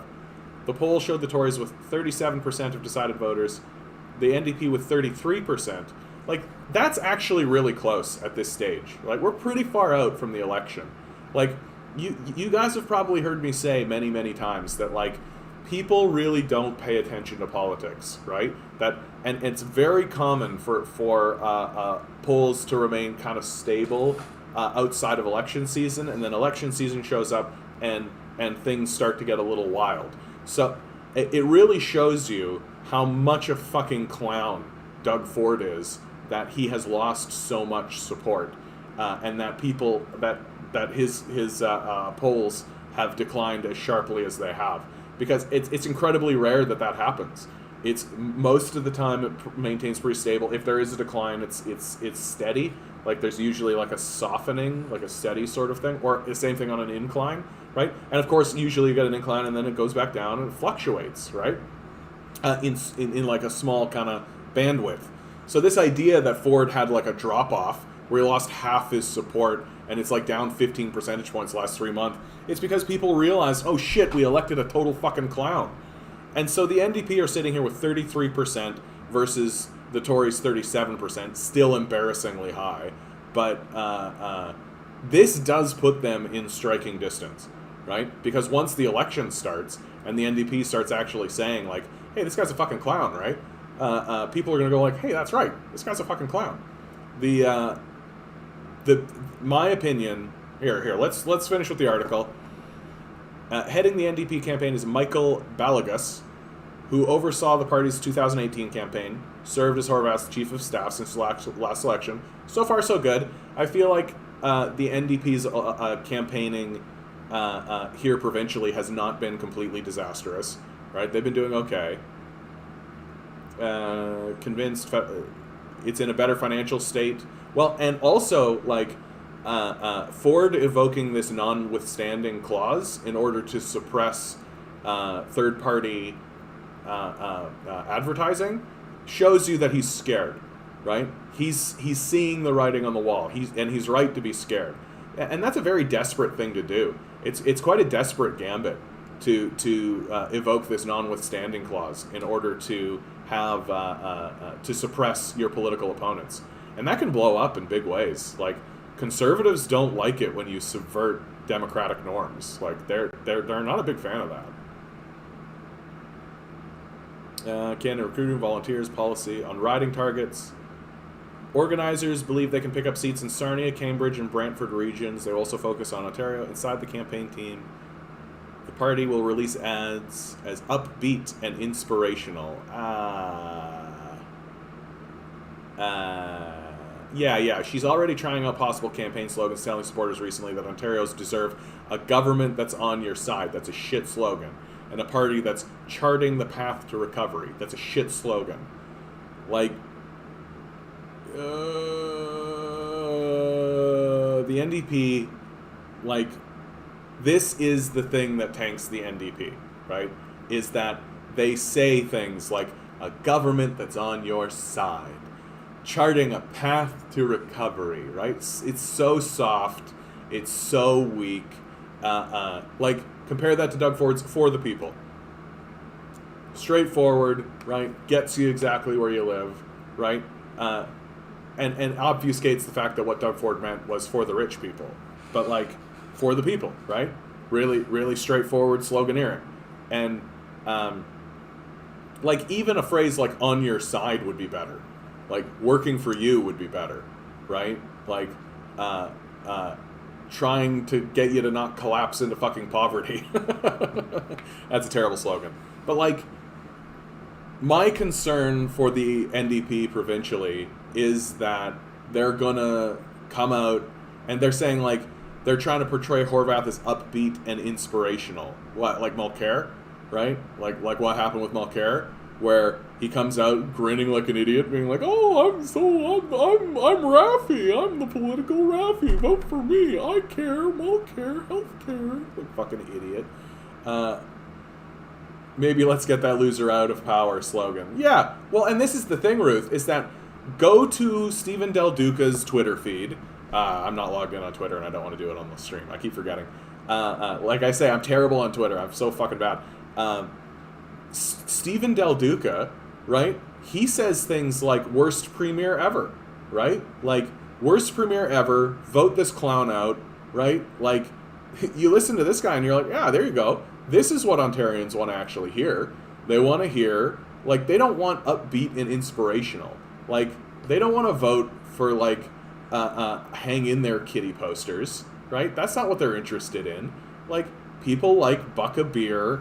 They like hockey, right? They want to see somebody who's going to grab this clown by his balls and squeeze, right? That's what he wants. Like, this soft serving that Horvath does, and that the NDP do generally, it is their biggest hurdle. Hey Jeff, how you doing, bud? And Horvath does have a good path because, and I've been saying this all along, her path to power is that throughout her tenure as NDP leader, she, like, gains seats where the NDP has never gained seats before. And that's really important. That's really important. She's gained seats where the NDP has never gained seats before. Like, that's because that's the hardest thing to do, right? If your party has never gained a seat in Windsor or Sarnia or any of these places, and then suddenly it has a seat, that's a big, big, big deal. But what happens is that, so she gains a seat in Windsor, or gains a couple of seats in Windsor, but then loses seats in Toronto because she's not focused on those seats, right? So she loses those seats but gains seats over here, so they remain even. So the hope for Horvath is that yeah, exactly. Andrea helped the ONDP gain seats in the West in Niagara, and so the hope now is that she'll gain she'll keep the seats that she gained and then regain the seats that she had in the past, right? And if she can regain the seats that she had in the past, and if she can put it all together and have it all kind of lift up all at once, that's her path to victory. But she's not going to do it if she comes up as like kicky and fun and tee-hee and look at me, I'm quirky and third option and vote for me and inspirational. Like, no, that's not her path forward. Her path forward is galvanizing the anger of the electorate, right? Because guess what? People sleeping in tents are angry about it. It's not going to be done by trying to show herself as like Doug Ford didn't come out trying to be upbeat and inspirational. If anything, it was the exact opposite. He came out just being a good old boy, buck a beer, right? Like, let's go have a drink together. And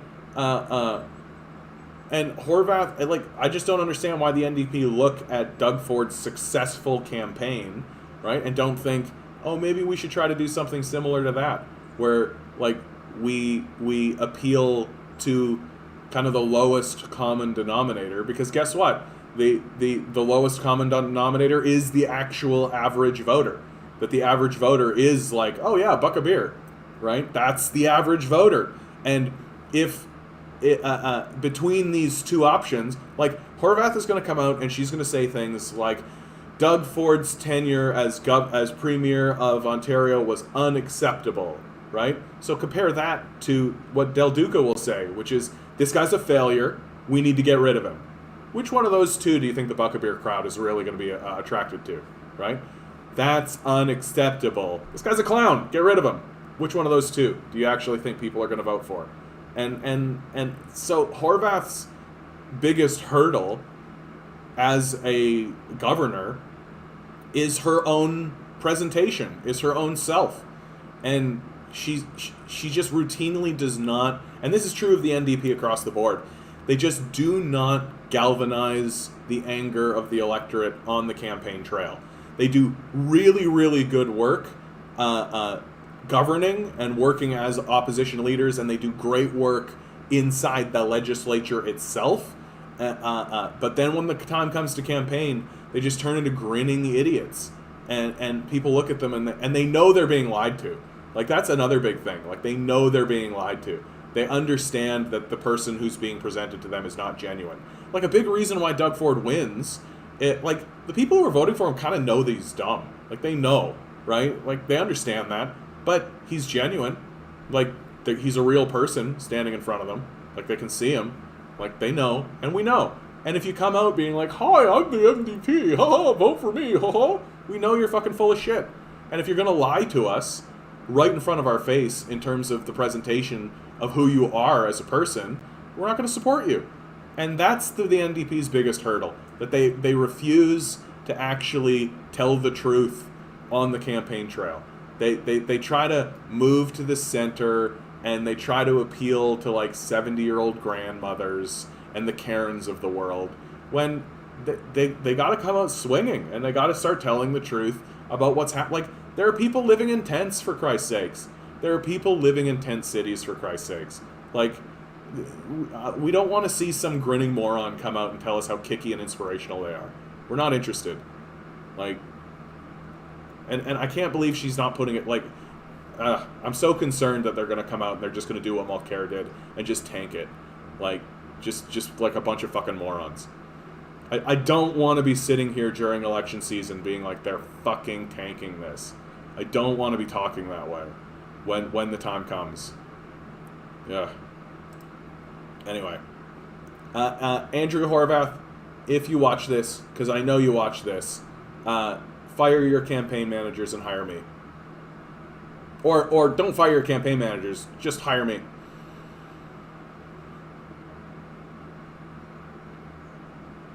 Lots to respond to here. I think 2022 will be Ontario's biggest campaign spending ever. Watch ads starting early and January. Yeah, yeah. And I'll be commentating on all of that. If you guys see an ad come out of the NDP, you let me know, okay? Because I want to watch it. I actually like... My background is theater. My background is the study of propaganda. I feel like I do a really good job of it. Like when the Liberals ran their campaign in the last election, they had some brilliant propaganda. Their ads were really, really good. Like, and I actually strongly believe it was their campaign and their ads that actually saved them from being ousted. And the Conservatives. The Conservatives could have ended up with a minority, but their campaigning was so on point and so strong. So, if you see any advertisements, please, please, please let me know. I want to watch them. I want to break them down. I want to make videos about them. They need to find somebody that will do it, but is it the campaign or the leader? It's kind of both, right? Like, it just seems to be like this thing that infects the NDP across the board.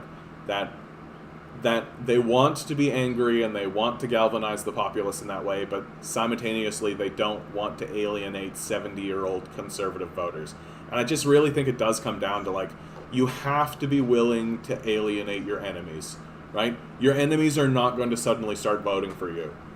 You have to be willing to alienate your enemies. And they just seem to not be willing to do that. They just seem to not be willing to alienate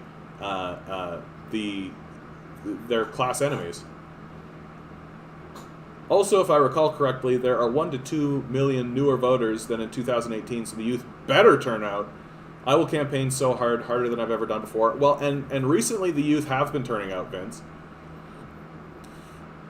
Like, the youth have been turning out more than they have previously. Because, like, it used to be the case, like, especially with Gen X and the early millennials, like, we understood it was pointless. Like, the boomer vote was the only vote that mattered, right? That was the only vote that mattered. They were so overwhelming in their numbers. But now with Gen Z showing up, now we have the numbers, right? The youth vote is actually bigger than the boomer vote, and we know it. And so there's big pushes by the millennials and Gen Z, as well as Gen X, who always understood that this was a stupid rigged game. Like, just take a look at their music, for God's sakes. And who are hungry for that change. And so the young people showing up and voting against conservatives and liberals, going to be very important moving forward. I can't believe how high the liberals are polling so high when they don't have any power. Well, and Jeff, this just goes to show you how entrenched the liberals are in Ontario, right? Like, the percentage of people who are voting liberal or are going to support liberal, those are the people who vote liberal because they're liberal, and I'm going to be liberal and I'm always going to vote liberal, right? And every party does have a certain amount of that. And so that just means that, like, 20% of the populace is going to vote liberal because they're liberal and they're always going to vote liberal. They're never not. We just have to accept that. Got it, but time for a better message if they want to grab a bag full of votes. They need to hire the Lincoln Project from the U.S. Hi, Andrew. How you doing? We love your channel. That's so sweet of you, Andrew. Thank you so much. I really appreciate that, bud. I really do. Tell your friends. Leave a like. Hit the bells. Hit the buttons. Give me money. My Patreon's in the description. Give me money. We live in capitalism. Give me money. I wish I didn't have to do that. I wish I didn't have to do that. What did you think of the Ontario NDP's 2018 ads, or the federal NDP's 2019 ads? They sucked. They sucked. The NDP has shit ads. Their ads are always shit. Like, they're always trying to be, like, kicky and cute. They're always trying to be, like, fun and quirky and inspirational, right? They're always trying to do that. And they don't realize that, like, here's the hard reality, NDPers of the world, right? Straight white men think your shit is dumb. Sorry, Like, we straight white men watch these ads where you're trying to be like all kicky and cute, or like trying to be like the path forward with the NDP, forward thinking, all of this. Like, we think it's stupid, right? There's a reason why Ontario votes for Doug Ford, right? Because we are exhausted with all of this fucking nonsense. We're exhausted. Like, at least a vote for Doug Ford was a vote for something that was recognizable, right? Like, we don't recognize, like, what the NDP put forward in their advertisement is unrecognizable to us, right? It's not manifest in our day-to-day lives. We don't see what's happening, what you're being presented as real, or tangible or understandable.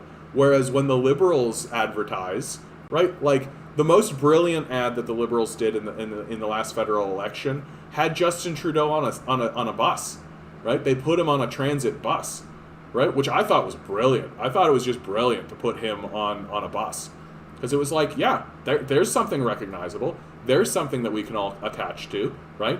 We all take transit, right? And it really created Trudeau as like a man of the people, like. And that's part of the NDP's problem, is that they refuse to actually present themselves as like just of the people, right? They refuse to present. They always present themselves as being like the moral high ground. They always present themselves as being these like intellectuals, or like in some kind of pastoral position, right? And it's completely unrecognizable to the populace. That the populace looks at it and is just like, we have no idea, like, where are you even? Like, what is this? And the NDP always present themselves as separate from the populace, as like fighting on behalf of the populace, but not of the populace. Whereas the Conservatives and the Liberals understand, no, you need to present yourself as being of the people. You need to stand on the bus. You need to you need to show, like, you need to show yourself as not above the populace, but from the populace. And the NDP have always sucked at this. They've always sucked at this, and it's their largest hurdle. It's the toughest thing they have. And what drives me crazy about the NDP is that when they're in the House, when they're in the legislature, when they're grilling the government, when they're asking questions, when they're pursuing answers in Parliament, they look brilliant. They look fucking brilliant. And then they take all that energy and all of that power and all of that forcefulness and fighting, and it just vanishes on the campaign trail every single time. And what they're trying to do is to constantly look at Jack Layton, right, who did galvanize this like inspirational kind of message and did galvanize that kind of thing. But that's kind of because that's who he was, right? Because he was honestly that person. And so whenever they try to recapture Jack Layton's energy, it comes off as false and phony and fake, because that's not who they are, right? That's who Jack Layton was, right?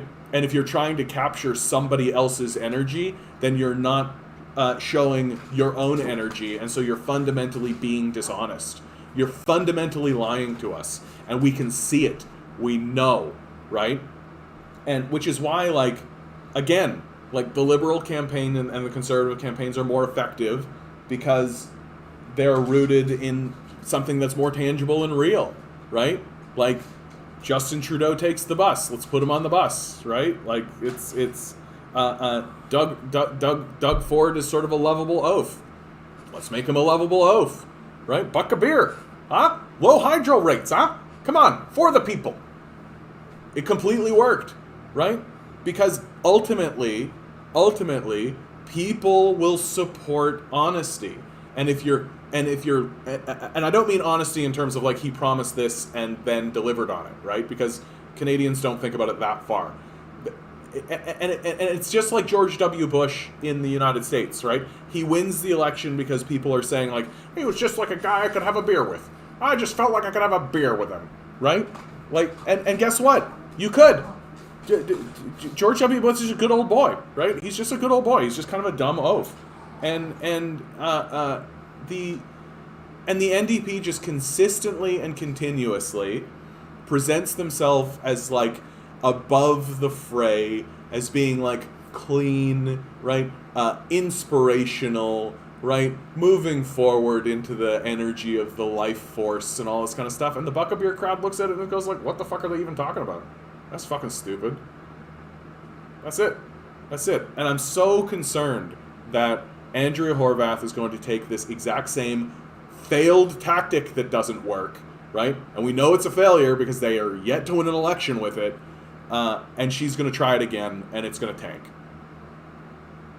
Kathleen Wynne isn't running next June. I know Don Valley West is a liberal stronghold, but just imagine if the ONDP somehow managed to take that seat. That would be a big deal. I don't think that happens, right? I don't think that happens.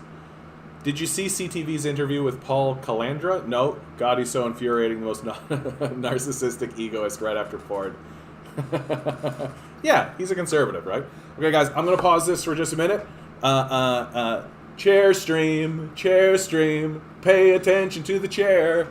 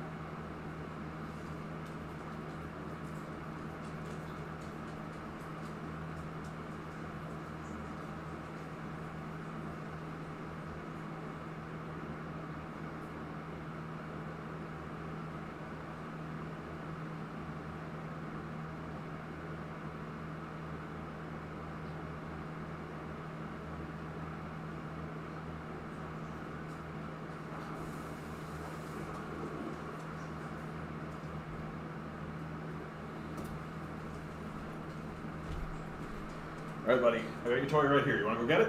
Go get it. Go get it.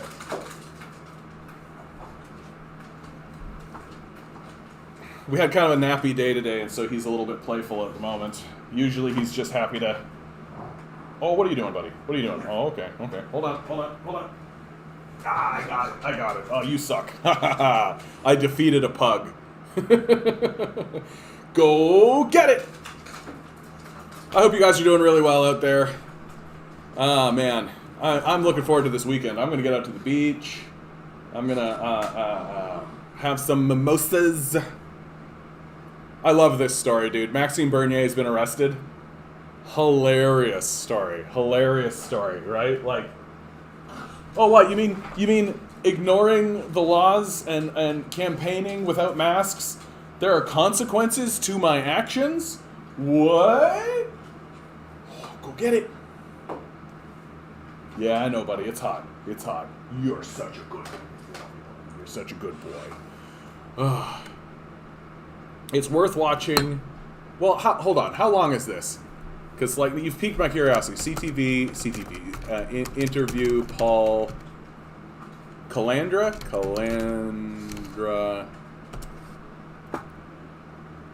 Tearful apology. So that's CPAC.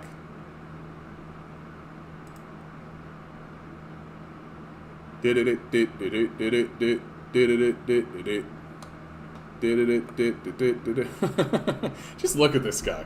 Like, this, I just like immediately do not trust this guy.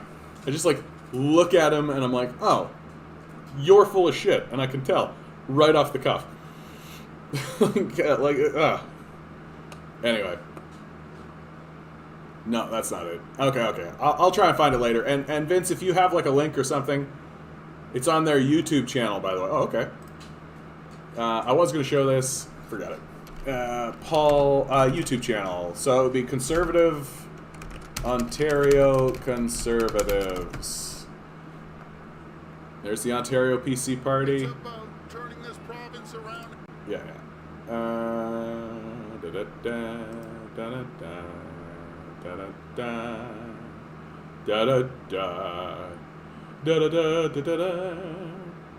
Not finding it, bud. Not finding it. You can post the link here. I've changed it now, so you can actually put the link in. Why is... I don't know, bud. I don't know. I feel like we're stalling. We're stalling the channel. Like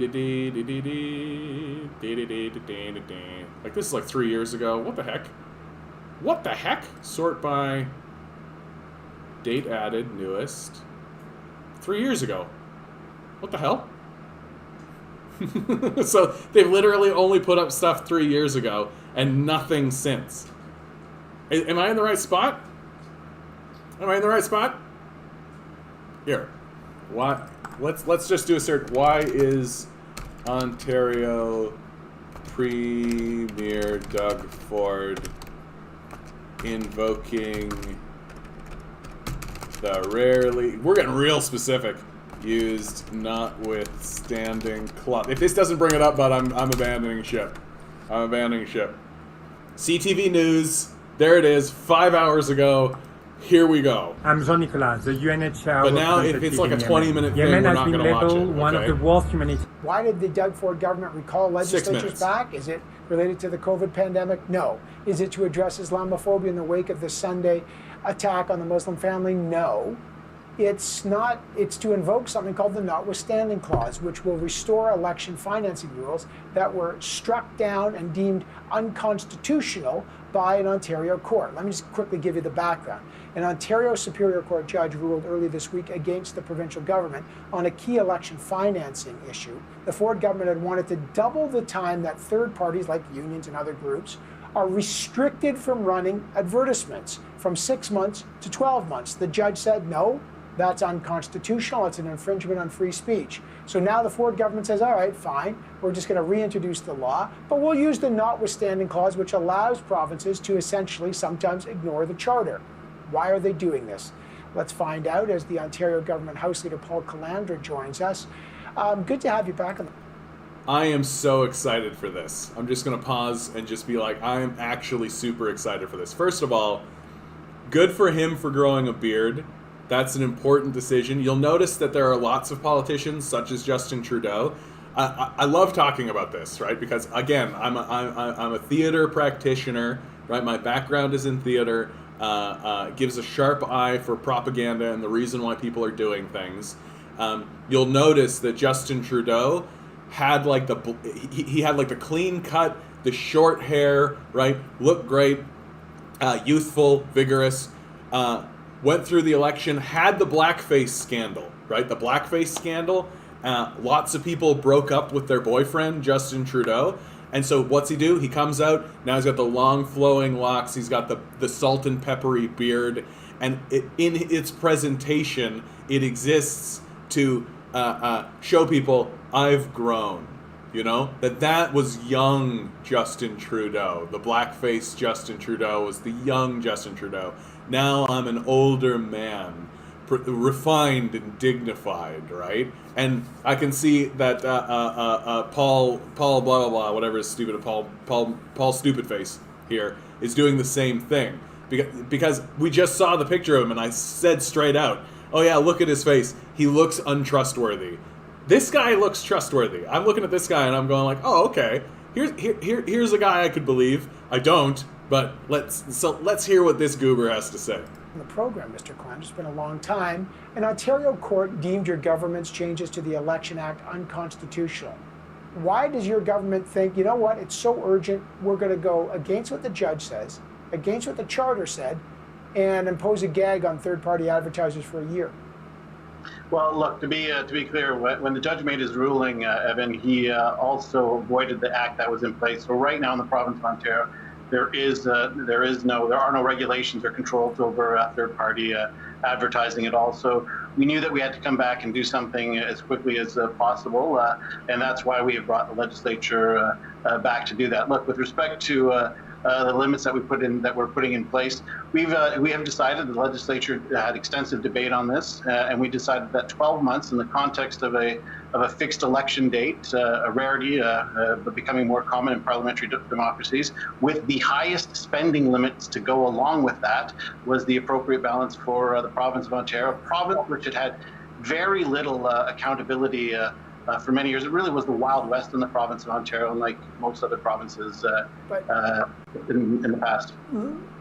Okay, but Mr. Clender, no one's saying that the issue of campaign finance and advertising is not an issue, but I think the key word is said, we decided.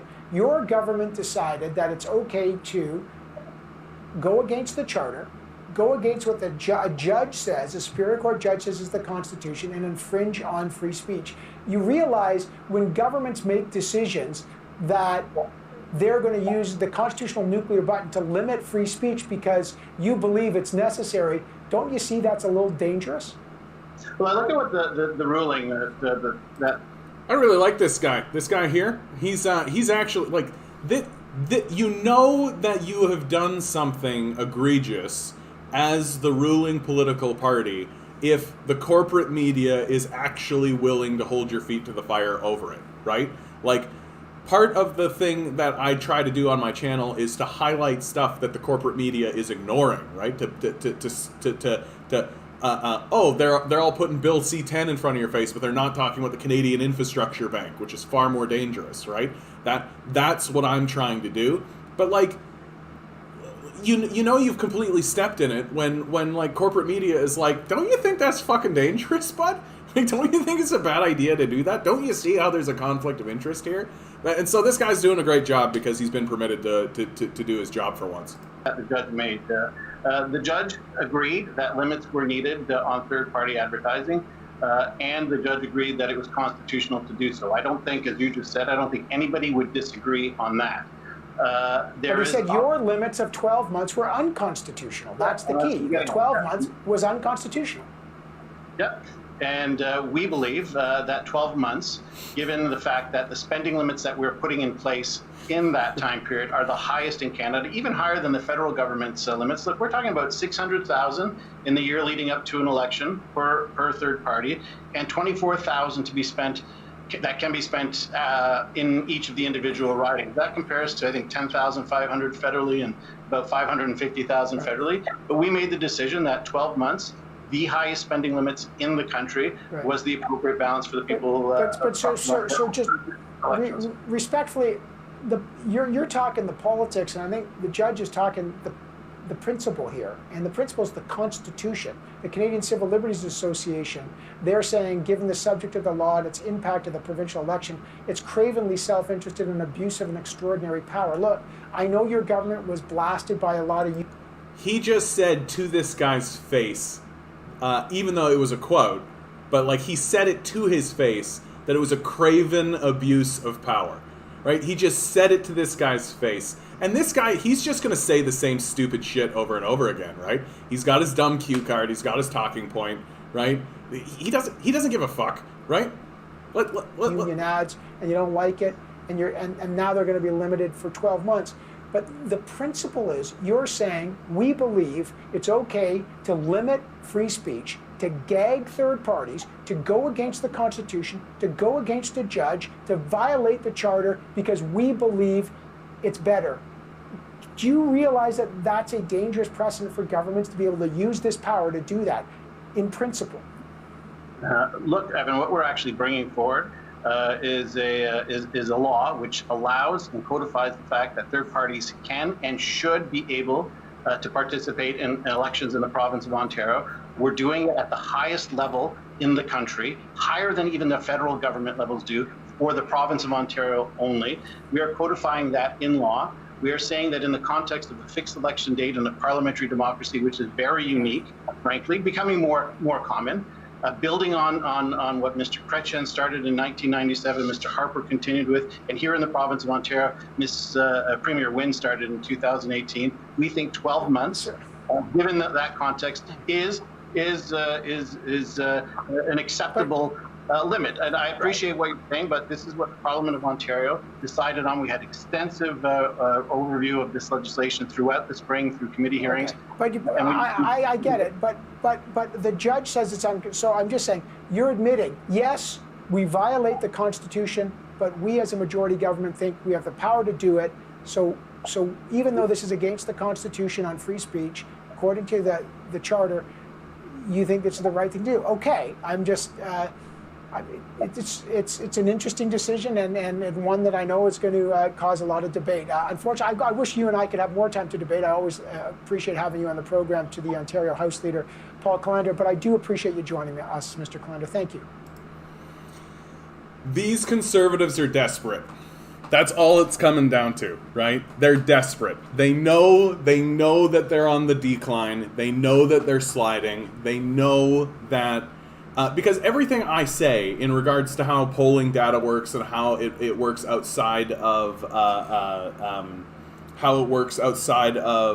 election season, I think is completely accurate, and they know that it's accurate. That polls usually are stable between elections, right?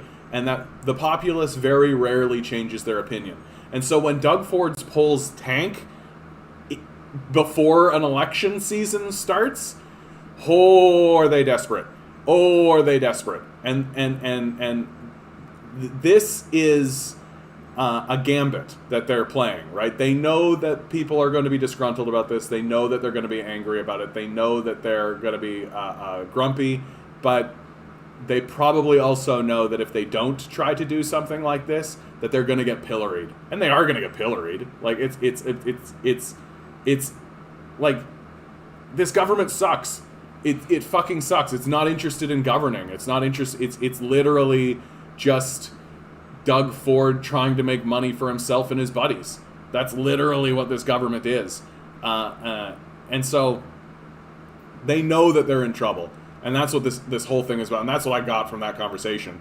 Like, good on this guy. He's like really holding this guy's feet to the fire. And this guy's just like, oh, we're doing it because of, reasons. Shut the fuck up. Shut the fuck up. Japan's prime minister refers to Taiwan as country, draws fire from China. Yeah. Seems like that's a beautiful picture. I love it. I love Mongolia. I just love Mongolia. Oh, and to answer, you had said previously, Vince, you'd said UFOs. Yeah, I'm looking into UFOs more. I just did a video on aliens and just talking because just something lighter.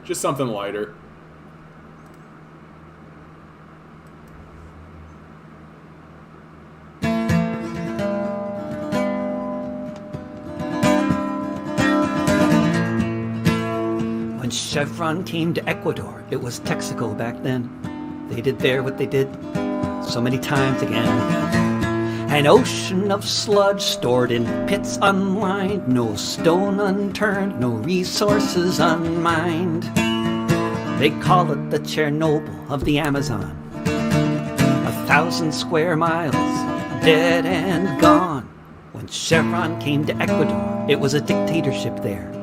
What happened in the Amazon, they didn't care. As long as they made money, let the oil flow. Where the waste went, no one wanted to know. And if they did, they could be bought. And if not, they could be abducted, tortured, and shot.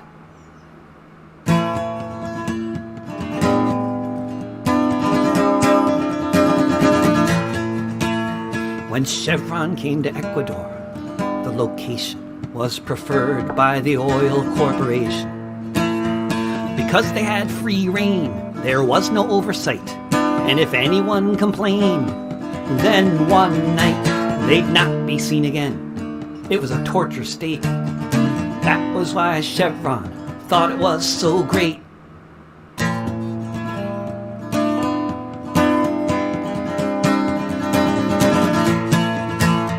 When Chevron came to Ecuador, it was paradise on earth. They turned it into a land of stillbirth. They left behind the ruins and took all the loot, Now they're trying to silence the ones who brought the lawsuit. Why was Danziger detained? A corrupt judge knows. And where are all the billions that the company owes? When Chevron came to Ecuador. When Chevron came to Ecuador. That's good shit. That's good shit. That's good shit.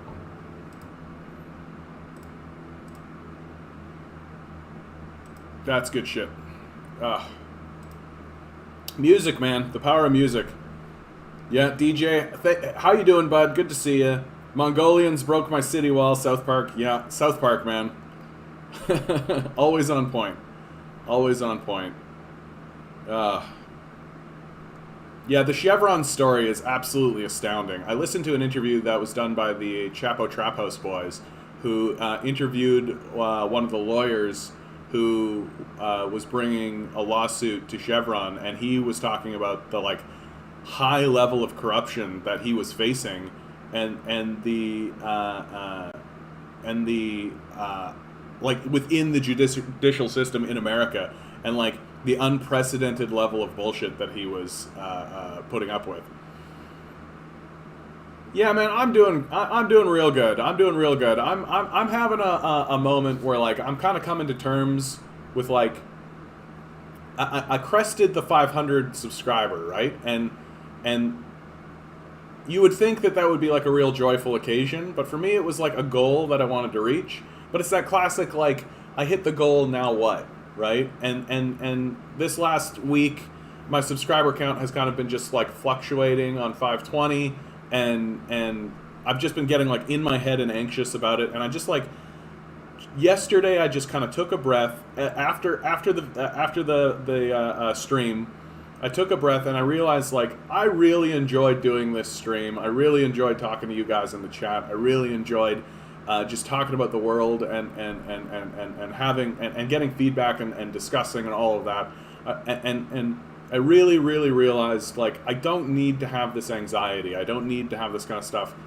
And I should be, and I'm so grateful and I'm so thankful that I have what I have right now, right? Like, and that if the channel continues to grow and if things continue to get better and if I can start to monetize it and all that kind of stuff, like, if that all happens, that's really wonderful and that's really nice, and I hope that does happen.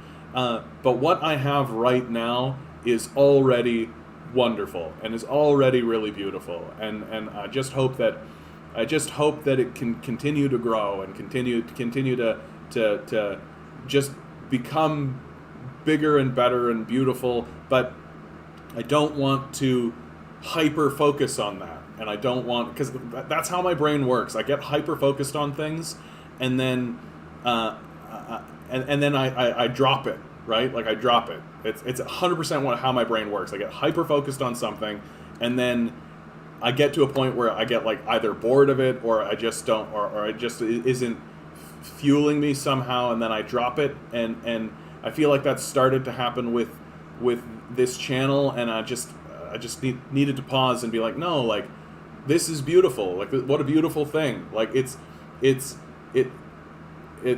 Oh, tell people to click the bell to turn on notifications, be alerted when I go live. Yeah, you're absolutely right, John. You're absolutely right. And like, and there's so many wonderful people who I don't fully understand why you guys are here. If I had to be really straight with it. If I had to be like really, really straight with it. I'm so grateful that you are, and I'm so thankful that you're here. I don't fully understand like what is actually happening. And so this is the lesson that I'm taking away from this week, is that the channel is going to grow as it grows. I just need to keep being honest and keep speaking my truth and keep speaking from my heart, and hope that is going to be enough. And it's been enough so far, so I don't know why it would change. And I just need to keep being grateful and thankful for what I already have. And so that's how I'm doing, DJ. Thanks for asking. I don't know if you expected that kind of answer, but I don't just say fine.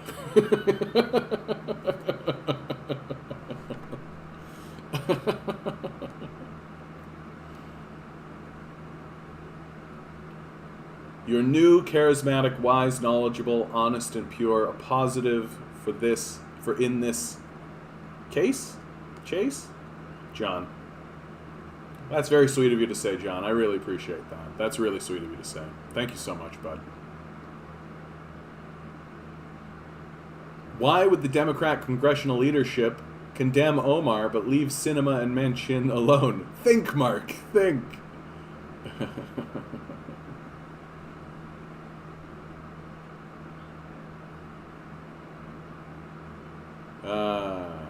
Aussies. You are a positive force in the chaos. So are you, bud. So are all of you, right? Like when I end my videos by saying that we are gaslit by billionaires, I really, really mean it. Like, I feel like our society, the reason why it's in the decline that it's in is because we have permitted the existence of a billionaire class who is trying to reconfigure the world in their image. That they want the world to look in a specific way that benefits them. And they are completely willing to gaslight us in order to achieve that goal, right? And I think that's just a natural human thing to do. That if I have the money to do it, I want the world to be reconfigured to look how I want to look. And that's why billionaires are dangerous, because it just allows humans to do what humans do, which is reconfigure the world around them for their own benefit. And if you're like a sociopathic pedophile, like many of these billionaires are, well, you're gonna fund like Jeffrey Epstein, right? Well, I'm here for your great perspective on things. I think you're helping to educate people and opening up discussion on things. A lot of streamers steer away from politics, so it's nice that you are. Thanks, bud. I really appreciate that. I really do. It's, I like to think that, like, one of the things I started to realize, like, about 5 years ago, is that, like, a political situation would occur, and there was always, like, the narrative, right? There was always, like, the narrative. And I always would be like, okay, but no, that doesn't really, like, align with how I see things, and I would always have a different perspective. And then I would start to talk to people about that different perspective, and every time I did, people would be like, oh, that's interesting. I'd never thought about that before. And so I just started to think, like, maybe that's just how my brain works. Maybe that's just who I am, is that just, like, I remember a few months ago, I'd been following you for a while as well. I think you had 25 to 30 subscribers. I thought, oh, wow, that's early days, dude.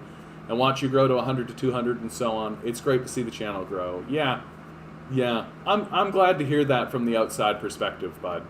Because internally, it's very weird. Like, it's such a weird experience to, like, every day I check the count, and sometimes it's up and sometimes it's down, and it, like, fluctuates and all that. And like, it took me about a year to get to 100 subscribers. It took me about a year to get to 100. And in those days, I was literally just doing it walking home from work. Right? I'd do like a half-hour video walking home from work, just speaking my mind about what was happening. And then from 100 to 500, it's been like 5 months. So that growth is like exponential. And I kind of hoped that it would continue being exponential, but I don't think that's going to be the case. I think it's going to be like kind of a slower trickle, which makes sense considering the changes to the algorithm, and makes sense considering like the suppression of leftist voices that exist on all social media platforms. And that's something that I need to accept and just be like, okay, so, and it really does come down to, like, you know, we can't trust this algorithm. It is word of mouth, right? And word of mouth is still the most powerful advertising that exists, because people are willing to, you know, trust their friends. I keep sharing it on Twitter and my basic income group, as well as the NDP group. Some of the people there agree with you as well. I try to show them your videos because you have good perspective. Thanks, bud. I appreciate that. And thanks for sharing. Thanks for sharing it around. I'm really bad at sharing my own stuff. Like, I have a couple of Reddits that I go onto because I know that they're safe. I know that they're willing to accept, you know, just my videos in the first place. There's lots of places that I try to post and they just take it right down. Just because of what it is, right? That it's I get told all the time that's like, oh, we're not gonna let your daily blog be here, and I was like, I'm not. It's not really a daily, like it is a daily blog, but I just feel like, what's the difference between a daily blog and a news reporter, right? Like, it's all just presentation, and I don't like. I think one of the strengths is that I don't do this presentation nonsense. Like, I'm just trying to be a person. Just trying to be a person. So, appreciate what you do. I thank you so much, DJ. I appreciate that. Okay. Let's move on to the news and stop dealing with my my ego. Okay, stop. Please stop. Please stop. If on your journey you should encounter God, God will be cut. Kill Bill, Yenners. I like this. I'm going to save that. Thank you very much. I'm trying to save the memes that I have because I want to start making like compilations of memes. John, what are the chances of scheduling meet and greet with Patreon and fans? I'm kind of broke at the moment, but when my GME and AMC goes to the moon, I'll go to your Patreon, totally innocent and harmless.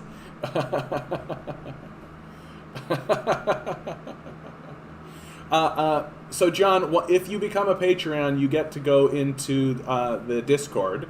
I have a Discord, and that's like an ongoing conversation between me and the Patreons, where things are a bit more direct. Oh, and that, in fact, reminds me, I think there was something in here that, yeah, as you can see, there's a bunch of new stuff here. Yeah, Jeff, you're sharing the CRB update. Maxime Bernier arrested. Yeah, climate. Oh, here's something I haven't seen. So like and this is ongoing and this is constant. And like, yeah, for sure. Like, if people wanted to contact me over Discord here, give me a call, have a chat. And I've actually been thinking. I haven't acted on this, but I am thinking of letting Patreons call in, right? That like. If somebody actually wanted to call in and talk to me over the stream for a brief period of time, that's something that I would do. I just haven't got my shit together on that. That's all. I just haven't got my shit together on that. Bay Area 415. If you guys don't know Bay Area 415, Bay Area 415 will make you eat the bug. How so? In this video, I will reveal the secret. Bay Area 415 is a fellow that works out of California, the Bay Area, right? And he does really, really good work from the communist perspective.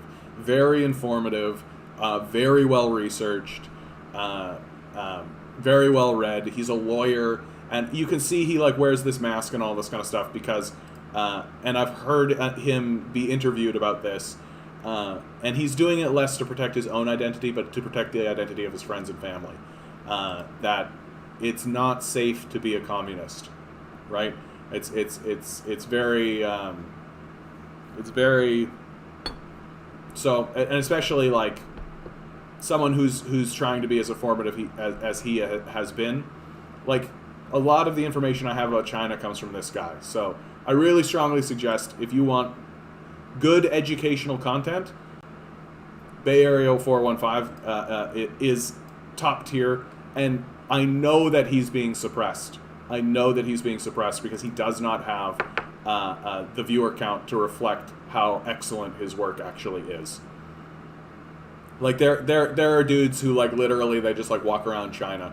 There's this one guy that I follow who like his shtick really is just like he's essentially doing what I do with the camera, right? But he's just like walking around China, looking at China, and doesn't really have a perspective outside of that. And he's got like 100,000 subscribers. Meanwhile, Bay Area 415 is doing like amazing high level research and education, and he's only got like 20,000 subscribers. So this guy needs more support. He needs more love for sure. Thought this belongs here. You can now get a headstone with a QR code called Living Headstones.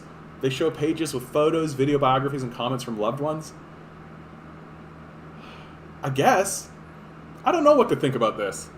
I'm generally trying to be pro-technology, right? I don't ever want to be one of those old people who is like put off by something just because it's new. you know, or put off by something just because I think it's kind of odd or unusual. When I was growing up, that always pissed me off. Like, it always pissed me off, like, especially in regards to, like, my grandparents. My grandparents, like, they were just a bit too old to understand computers and understand social media and all that kind of stuff. But I look at it and I'm just like, I don't see how, like, it only would have improved their lives.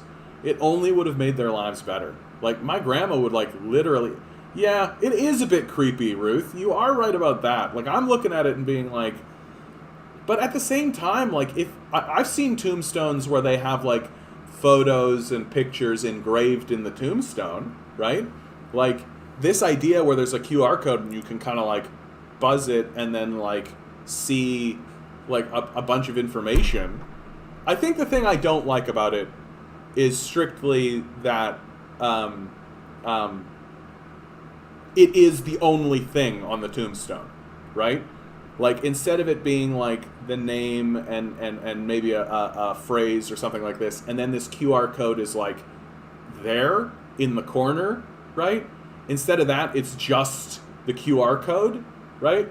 That's what's creepy to me about this. Speaking of dystopia, hey bud, how you doing today? Right? I think that's what's doing it for me. I think it's yeah, it would be hard to scan each one to find the right person, and it's also like it's too different. You know what I mean? Like, it's too different. A friend of mine wanted his tombstone to just read "misunderstood." I don't know if I understand. Yeah, if this was a QR code and the QR code was just in the corner and it said, like, John Sanderson, you know, this date to this date, he loved to eat pasta, you know, and then there was this QR code so that people could, like, scan the QR code and get to the photos and the videos and all that kind of stuff, then I would be like, oh, that's great. I think that that's, like, a great augmentation of an already existent sort of cultural phenomenon. But this feels more divergent, right?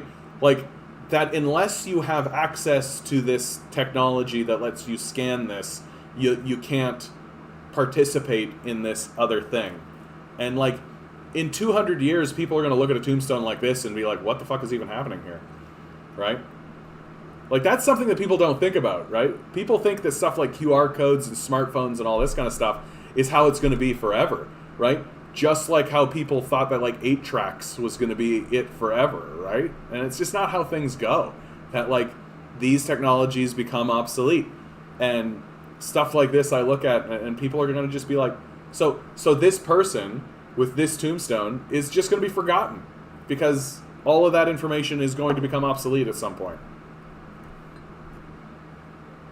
Anyway, weird. The truth shall set you free. Things I learned. The Hungarian physicist Semmelweis proved that doctors washing their hands greatly reduced hospital maternal mortality, as germs weren't discovered yet. He was ridiculed and later dismissed from his post. He mentally broke down and died in a mental asylum. Fucking humans, man. We are absolutely the worst. Like, we are absolutely the fucking worst. And this is what I'm talking about. This is why I don't want to immediately jump on, oh, it's new, therefore it's bad, right? Like, I always try to give things credence. I always try to see how they are an improvement, like how it is good. Like, why is this idea that you're presenting me with, or this technology... Yeah, this is a great subreddit. It's because it's 100% its thing. It's like, we live in a dystopia, and look how fucking boring it is. And it's for this reason, right? Here's a guy who, like, has come forward with, like, a really good idea. He died of an infection after getting beaten. His germ theory reduced deaths greatly. Ironic. Yeah, there is an irony there. Like I say, this Weimar period is more boring than I thought it would be. Yeah, it is super boring. Trump was more exciting, right? Although once you peel back the layer, right? Once you peel back the boring layer, which is intentional, the boredom is intentional, right? that's a big reason why Biden got elected, is because people were looking forward to less erratic nonsense, and they wanted things to be a bit more boring, right? But when you peel back that layer, you really see that like Biden is as terrifying, if not more terrifying, than Trump. Like, for goodness sakes, the Biden administration is flying nuclear bombers along the borders of Russia. Like, that's pretty fucking intense, dude. Like, that's pretty intense. So the excitement is there. Like, it's just underneath this layer of cultivated boredom, right? Which is intentional. Yeah. Weimar Germany had some great expressionist films. What do we have? Wonder Woman 1984. And Wonder Woman 1984 is going to be one of those films, and it's already happened to a degree, but it is going to be one of those films that we look back on and just cringe. We're just going to cringe about it, dude. Like, the amount of, like, whitewashing and, like, how is this for a decision? So they bring back Chris Pines. They bring back that character, but instead of just bringing him back, they have him possess the body of another man, and then while that man is possessed, Chris Pines and Wonder Woman have sex, which can only be interpreted as rape. Like, there's no other interpretation that can exist. And it's like this extremely cringy film. Yeah, superhero films are our bell-bottoms. Well, and they're high-level propaganda, right? Like, superhero films are like extreme pro-military, pro-war propaganda. Like, really, really built in to the ethos of all of these, like, Avengers and all this kind of stuff is a hyper pro-military message that says we need to, by force, take things over. Like, once you realize that, like, the Avengers are fascists, and you can really see, especially when they fight Hydra, right? Whenever they fight Hydra, I always find myself being, like, kind of pro-Hydra when I watch that. I'm like, oh yeah, it seems like Hydra is, like, fighting against a group of fascists. Like, yeah. And we're just supposed to be on board with the Avengers because they're presented to us as the protagonist. But every single one of them are like arrogant, hyper militant, might makes right fascists, right? To a T, every single one of them. Like, Tony Stark is like a high-functioning sociopath whose entire ethos is based around the idea that because I can make this suit and because I have this sort of intellectual superpower, my superpower is my genius brain, I am allowed to go into, like, poor Middle Eastern areas and just destroy people, right? Like, that and there are people who have realized this. Like, if you're not familiar with the series The Boys, which is, I believe, Grant Morrison's project, and Grant Morrison is one of these, like, old school comic book guys, and I think it's Grant Morrison, could be. So anyway, it doesn't matter. And The Boys is like a total commentary on the superhero genre and how superheroes would actually be in our society, right? I thought The Dark Knight was pretty good, but that's because the bad guy was fascinating. But that was over a decade ago. Was The Dark Knight the one? Was that Heath Ledger? Was that Heath Ledger's Joker? Right? Like, but Batman is exactly what I'm talking about. Like, who is Batman? Who is Bruce Wayne, rather? Not Batman. Who is Bruce Wayne? But a billionaire suffering from high-level psychosis and delusion. He can't get over the death of his parents. And instead of spending the money in order to eliminate the poverty that's creating the crime that he's fighting, he chooses to take that money and funnel it into, like, bat jets and vehicles shaped like bats, and, like, body armor and toys, right? So and we're supposed to think that Batman's a good guy, when, like, why would anyone think that? Why would anyone think that Bruce Wayne is somehow a good guy, right? Like, literally, what is the Joker's superpower?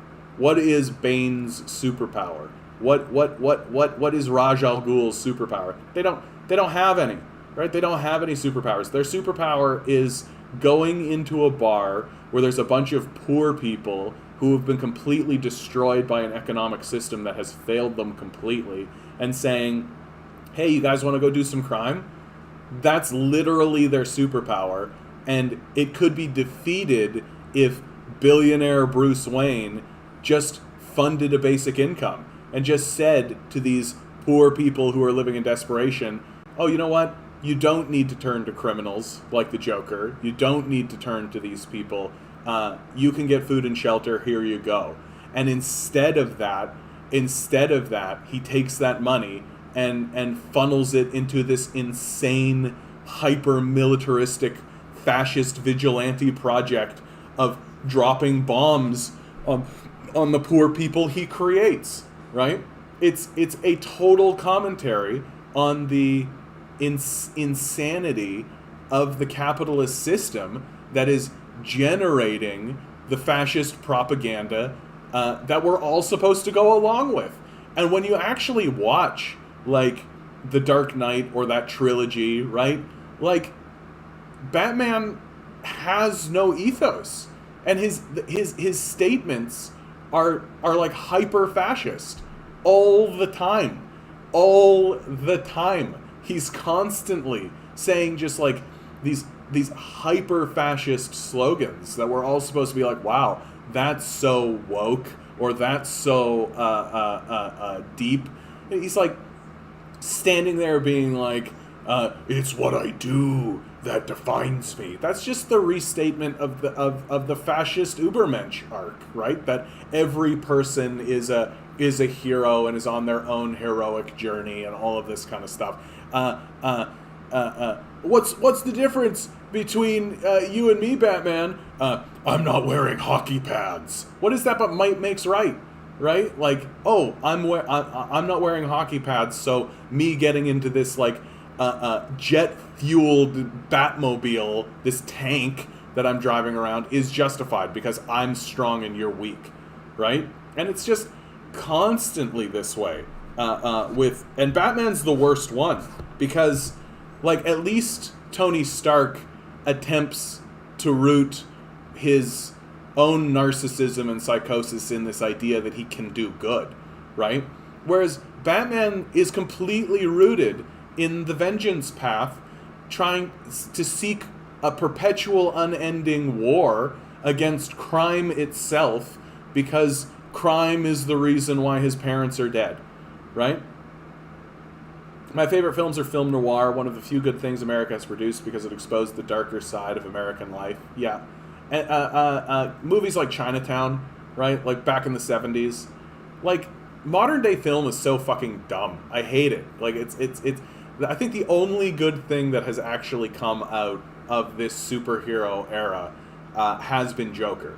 That Joker is the only film that I can think of that has come out of this era of superheroism. And it's because they had a perspective and they really stuck to it. And they had a really, really tough... what about John Wick from the Keanu Reeves film? They could be the best action movies. I mean, your name is John Wick. I have to be straight with you, man. Like, you're right that in terms of their choreography and their presentation and what they are, that they are like beautiful art pieces as I can't really watch them because it's too much for me. It's too much. Like, I can't just watch a guy kill people for 2 hours straight. I can't do it. I got like about 45 minutes of the way in, and I was just like, and there's another headshot, and there's another headshot, and there's another kill, and there's another kill, and oh, there's this, and there's that, and everything I've seen about it is like it's interesting, and obviously Keanu Reeves is a professional, and he's done really, really good work, and all of that, but it's just like the aggressive violence, and it's really, really telling that John Wick's motivation in the film is not seeking vengeance for the death of a person, or seeking some kind of overarching larger philosophical goal. He's literally gets drawn back into this assassin underworld that exists because somebody killed his dog. And like that's actually really clever from the writing perspective, because it acknowledges something that seems to be true of humanity, which is, if you kill a person, people will be like, ah, yeah, I guess. But if you kill an animal, like just a dog, right? We will be like, everybody involved in that needs to die, right? And we are completely on board with John Wick, even though John Wick is like a serial murderer. He's like a serial murderer assassin who, and this is just, it's so indicative of our society. We're supposed to think that the most heinous, reprehensible, unlikable psychopaths are good guys. We go to the movies and we watch, or like Dexter, right? Or like Benedict Cumberbatch's Sherlock Holmes, right? These people are fucking sociopaths, or like Sheldon from Big Bang Theory, and we're supposed to think that oh, Sheldon, he's so quirky and odd. What an oddball. He's a fucking sociopath. He's not quirky and cute. He's fucking dangerous sociopath. And we're just supposed to go along with it because, haha, he's a nerdy oddball. Like, fuck no. Like, fuck no. Like, Dexter's not likable or lovable. He's a psychopath who literally murders people. But there's something deeply embedded in our modern day ethos and film watching. Like something like Rick and Morty, right? Like, don't get me wrong, I like Rick and Morty, but Rick is like an unlikable sociopath. Like, the way that he operates is unhinged and dangerous, but it just speaks to something that I think is true inside of our own hearts. That inside of each one of us there is this unlikable sociopath who just wants to go around shooting people and just going around killing people. And our culture is really feeding that right now. We're really feeding this like hyper violent, like almost casually violent, right? Like Rick and Morty is casually violent. Like Rick does high level atrocities and just like forgets about it. He just is like, oh yeah, whatever, don't think about it, right? And just moving on. And we're plunging into this like the world is meaningless existential kind of dread, and it's manifesting as this sort of like, well, then we might as well just fucking kill ourselves, right? And kill each other. Who gives a fuck? So true, the whole philosophy is once you're in, you can't get out. The second and third film are deep into the ethos of the underworld society and using John Wick as their tool. Well, and the presentation of society, like, and part of it is that, like, John Wick's society is somehow recognizable to us. That we expect the world. We expect the world to be dangerous, right? And we expect there to be like underworld elements. 1 second, guys. I know, buddy, it was a bird. I know, in the underworld, right? And all this kind of stuff. Oh, what's going on? Whoa. Pug, swimming pug, swimming pug, swims to victory. Swims to victory, the tiny pug. We love him so. Good boy, buddy. Good boy. Protecting me from birds. Good boy. Good boy. And yeah, that's why people like Trump so much. I think you're absolutely right, Ruth. Like, and like, something like John Wick, it's fascinating because like, it really feeds this sort of, like, the Jeffrey Epstein scandal, right, is a fascinating scandal that reveals literally the presence of a high-level, billionaire-fueled, presidential, pedophile sex ring that definitely exists and still exists for sure. And there is a secret society of billionaires and politicians at the highest level operating in our society. You could call it an underworld society if you like, but we know it's there, and it's going uninvestigated. And stuff like John Wick, right? John Wick feeds our desire and our longing to investigate this underworld. And so when the films John Wick present this underworld to us, it's immediately recognizable because it's a manifestation of what our imagination already perceives.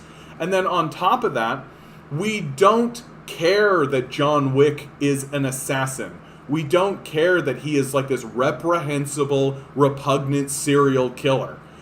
Because all that matters to us is that this guy is going around killing these fucking underworld pedophiles that we know exist beautifully. And that's it.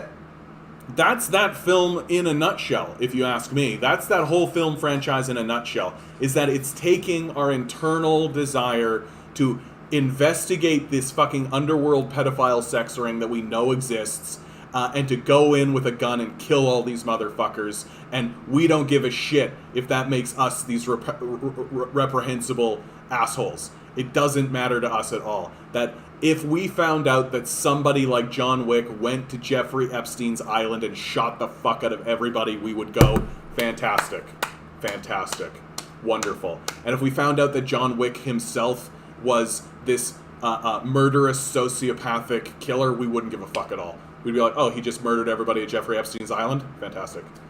Fantastic. He has my vote. And to me, that's what that film is all about. That's 100% what it's all about.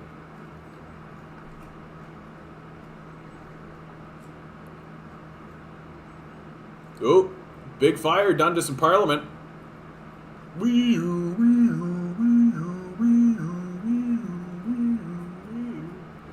John Wick just wants to live his life as we do, right? We all want to live our life, right? He left it all behind when he married, right? The American dream, yeah. There's a lot of killing of bad guys. I want John Wick to retire and just stop the death. And that's what we all want, right? So John Wick is like immediately understandable, right? We all want to quit our job, stop working for capitalists, stop working for these fucking pedophiles, stop fueling this society that's destroying itself. We all want to live like what John Wick is attempting to do. It's why he's immediately recognizable. It's why we immediately are attached to him. Because we all want to get out of this ridiculous fucking system we're in, right? Who wants to keep working at this nonsense that we're all doing? Nobody. Fucking nobody, right? And so John Wick, his position is immediately recognizable. We're immediately on his side. And Keanu Reeves, like, God bless his heart, okay? He's not the greatest actor, but he does have this quality about him that lets us place ourselves on him. He's like this perfect vessel for ourselves. And when he goes around and he starts shooting people who, killed his dog, we immediately funnel all of our anxiety and rage and our desire to, like, wipe out all of this bullshit that exists in our society. And because we're like a hyper-violent fascist society, we want to cleanse the society with violence, right? And so when we watch John Wick do it, we cheer.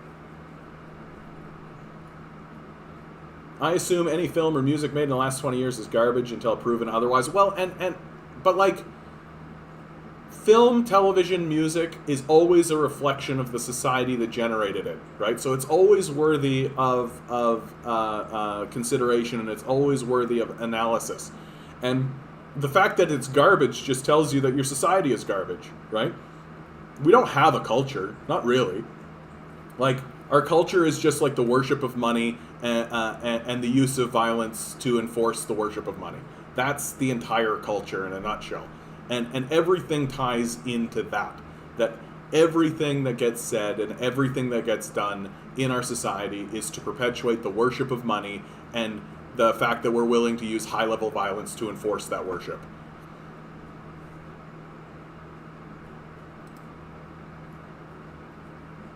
Revealed, right-wing firm posed as leftist group on Facebook to divide Democrats. Yeah.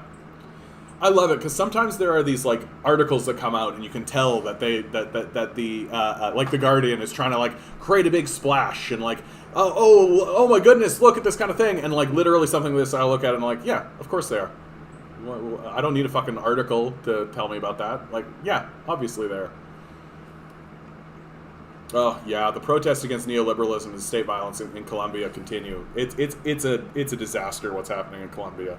Like, it's absolutely brutal. And like, anybody who wants to tell me that neoliberal capitalism is a system worth maintaining, like, find out what's going on in Colombia. And if you turn around and keep telling me that, then I think you're a fucking sociopath.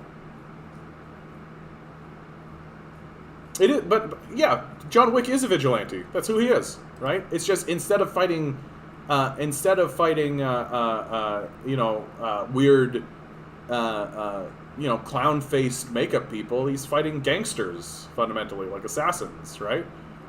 Just like people who are unequivocally bad, and so it's like self-justifying, because we all imagine that if we were to go on like a shooting spree like this. That the people we would be shooting would be these unequivocally bad people. It's not equality if it's not profitable. Forge new friendships to build our professional network of LGBTQ professionals. Like, yeah, wave the pride flag, show up to work.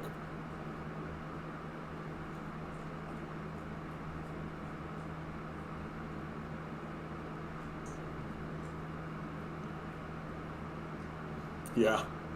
This meme is starting to circulate more. Me reading about the war in Afghanistan, me reading about the war in Afghanistan 20 years later. Oy vey. Sounds like mega. Sounds like mega, yeah.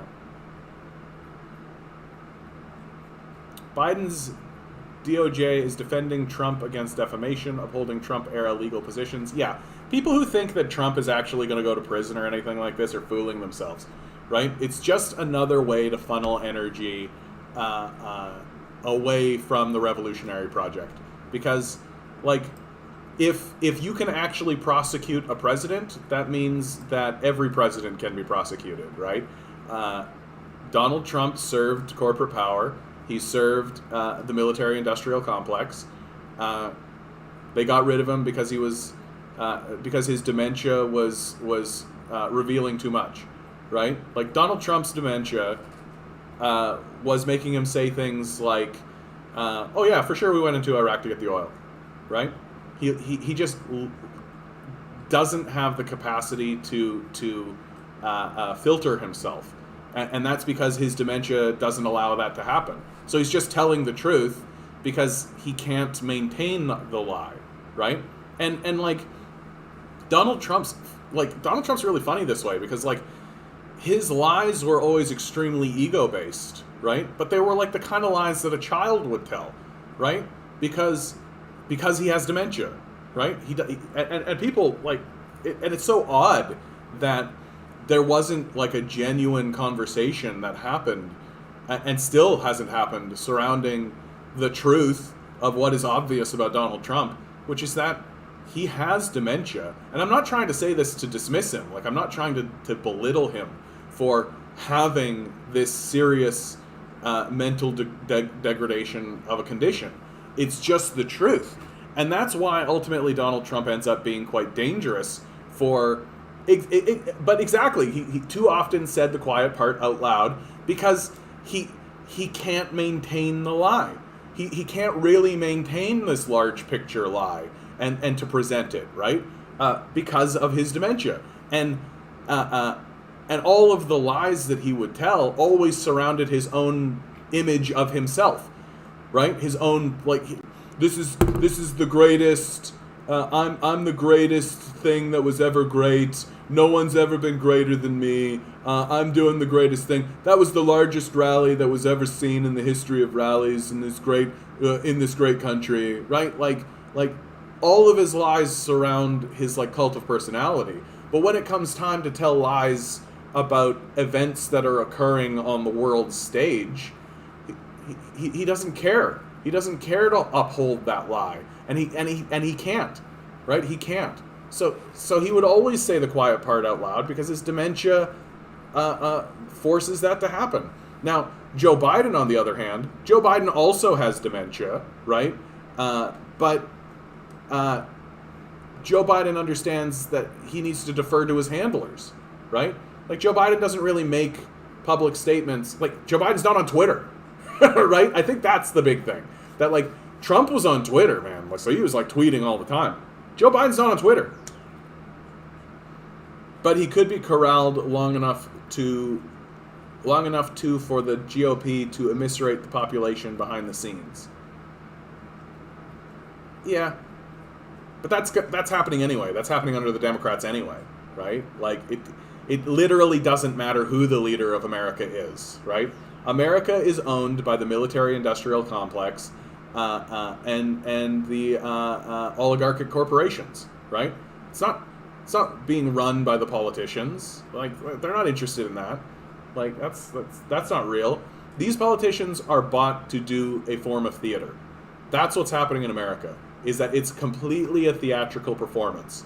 And the only reason they didn't like Trump is that Trump couldn't remember his lines and would go off script, right? Yeah, Trump was bad if you care. That's exactly what I'm talking about. If you care about decorum, right, which is fundamentally keeping to the narrative, right? If you care about keeping to the narrative, Trump is bad. And Trump can't keep to the narrative because Trump has dementia and doesn't care about his handlers, doesn't care about any of that, right? He just speaks his mind and has his lib's delicate sensibilities sort of offended. Oh, I can't go to brunch and feel good about my country. Doug Ford's Tories under attack as labor group takes fight against notwithstanding clause to the airwaves. Yeah. I actually think that this blows up and backfires pretty badly on them. I just don't think, like, it's such a bad look. Like, it's such a bad look. I was talking to J.B. Burrows on the podcast, Socialist Agenda, which everybody should listen to. It's wonderful.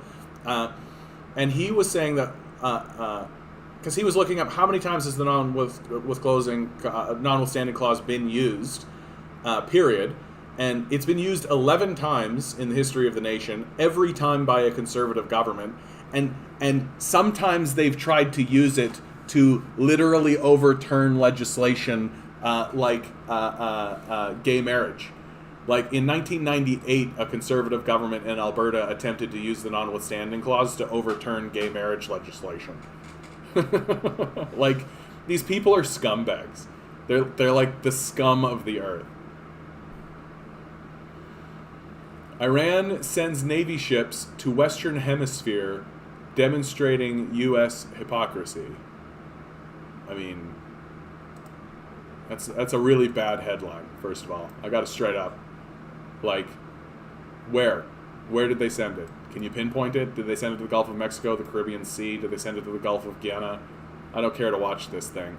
But, like, Iran can send Navy ships where it wants. This is too long. I'm not going to watch this.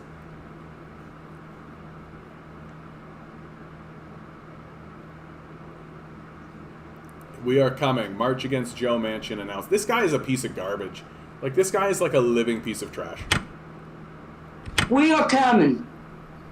And I'll tell you what, my fellow Americans are coming with me. It appears the working class have had enough of Joe Manchin's obstructionist bullshit and are planning a march in West Virginia and D.C. to protest their own Democratic senator. So Reverend Dr. William Barber shared the news on Twitter, saying the Poor People's Campaign is announcing today that on Monday, June 14th, we will hold a moral march on Manchin in West Virginia, led by West Virginians of all colors, creeds, etc., from the hood to the hollers.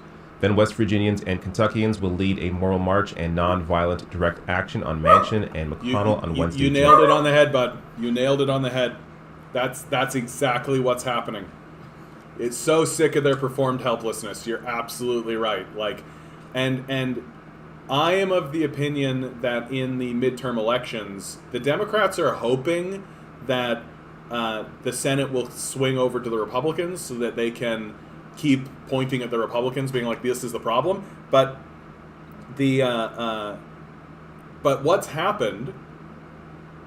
Oh, she has a great speech towards the end of this. Let's watch it then, bud. 23rd You've convinced in me. Washington, D.C. Manchin's policies hurt poor and low-wealth people. He's against $15 an hour and expanding voting rights. He's supported by the U.S. Chamber of Commerce and has abandoned the poor and low-wealth people of his own state and the nation, and they are tired of it. So this is incredibly encouraging to see. When politicians fail to represent the people, it's time for the people to organize against them. Now, of course, there's no guarantee that this pressure alone will force Manchin to actually change and support any of these policies, but this sort of organizing is vital to any pressure campaign and also has the added benefit of potentially turning more people into activists. So more here from Barber, who said, even if Manchin doesn't change, we have to bear witness to how his policies are hurting the democracy, are a form of political and legislative violence, and that he is standing more on the side of the corporate lobbyists rather than poor and low wealth workers and people across this country. And by the way, this is something you're hearing more and more from not just activists, of course, but also from Democratic lawmakers. Jamal Bowman, AOC, have both called out that Joe Manchin is attached to his corporate donors as opposed to actually looking out for the interests of the average worker. So this is, in the past you have rarely heard Democratic lawmakers speak against their own members, but we're at the point now where there is such an obvious and clear divide between someone like Joe Manchin and Jamal Bowman or AOC that they have to call it out at this point. And hopefully that pressure, that will add to the pressure for this campaign and continue to maybe change the minds of...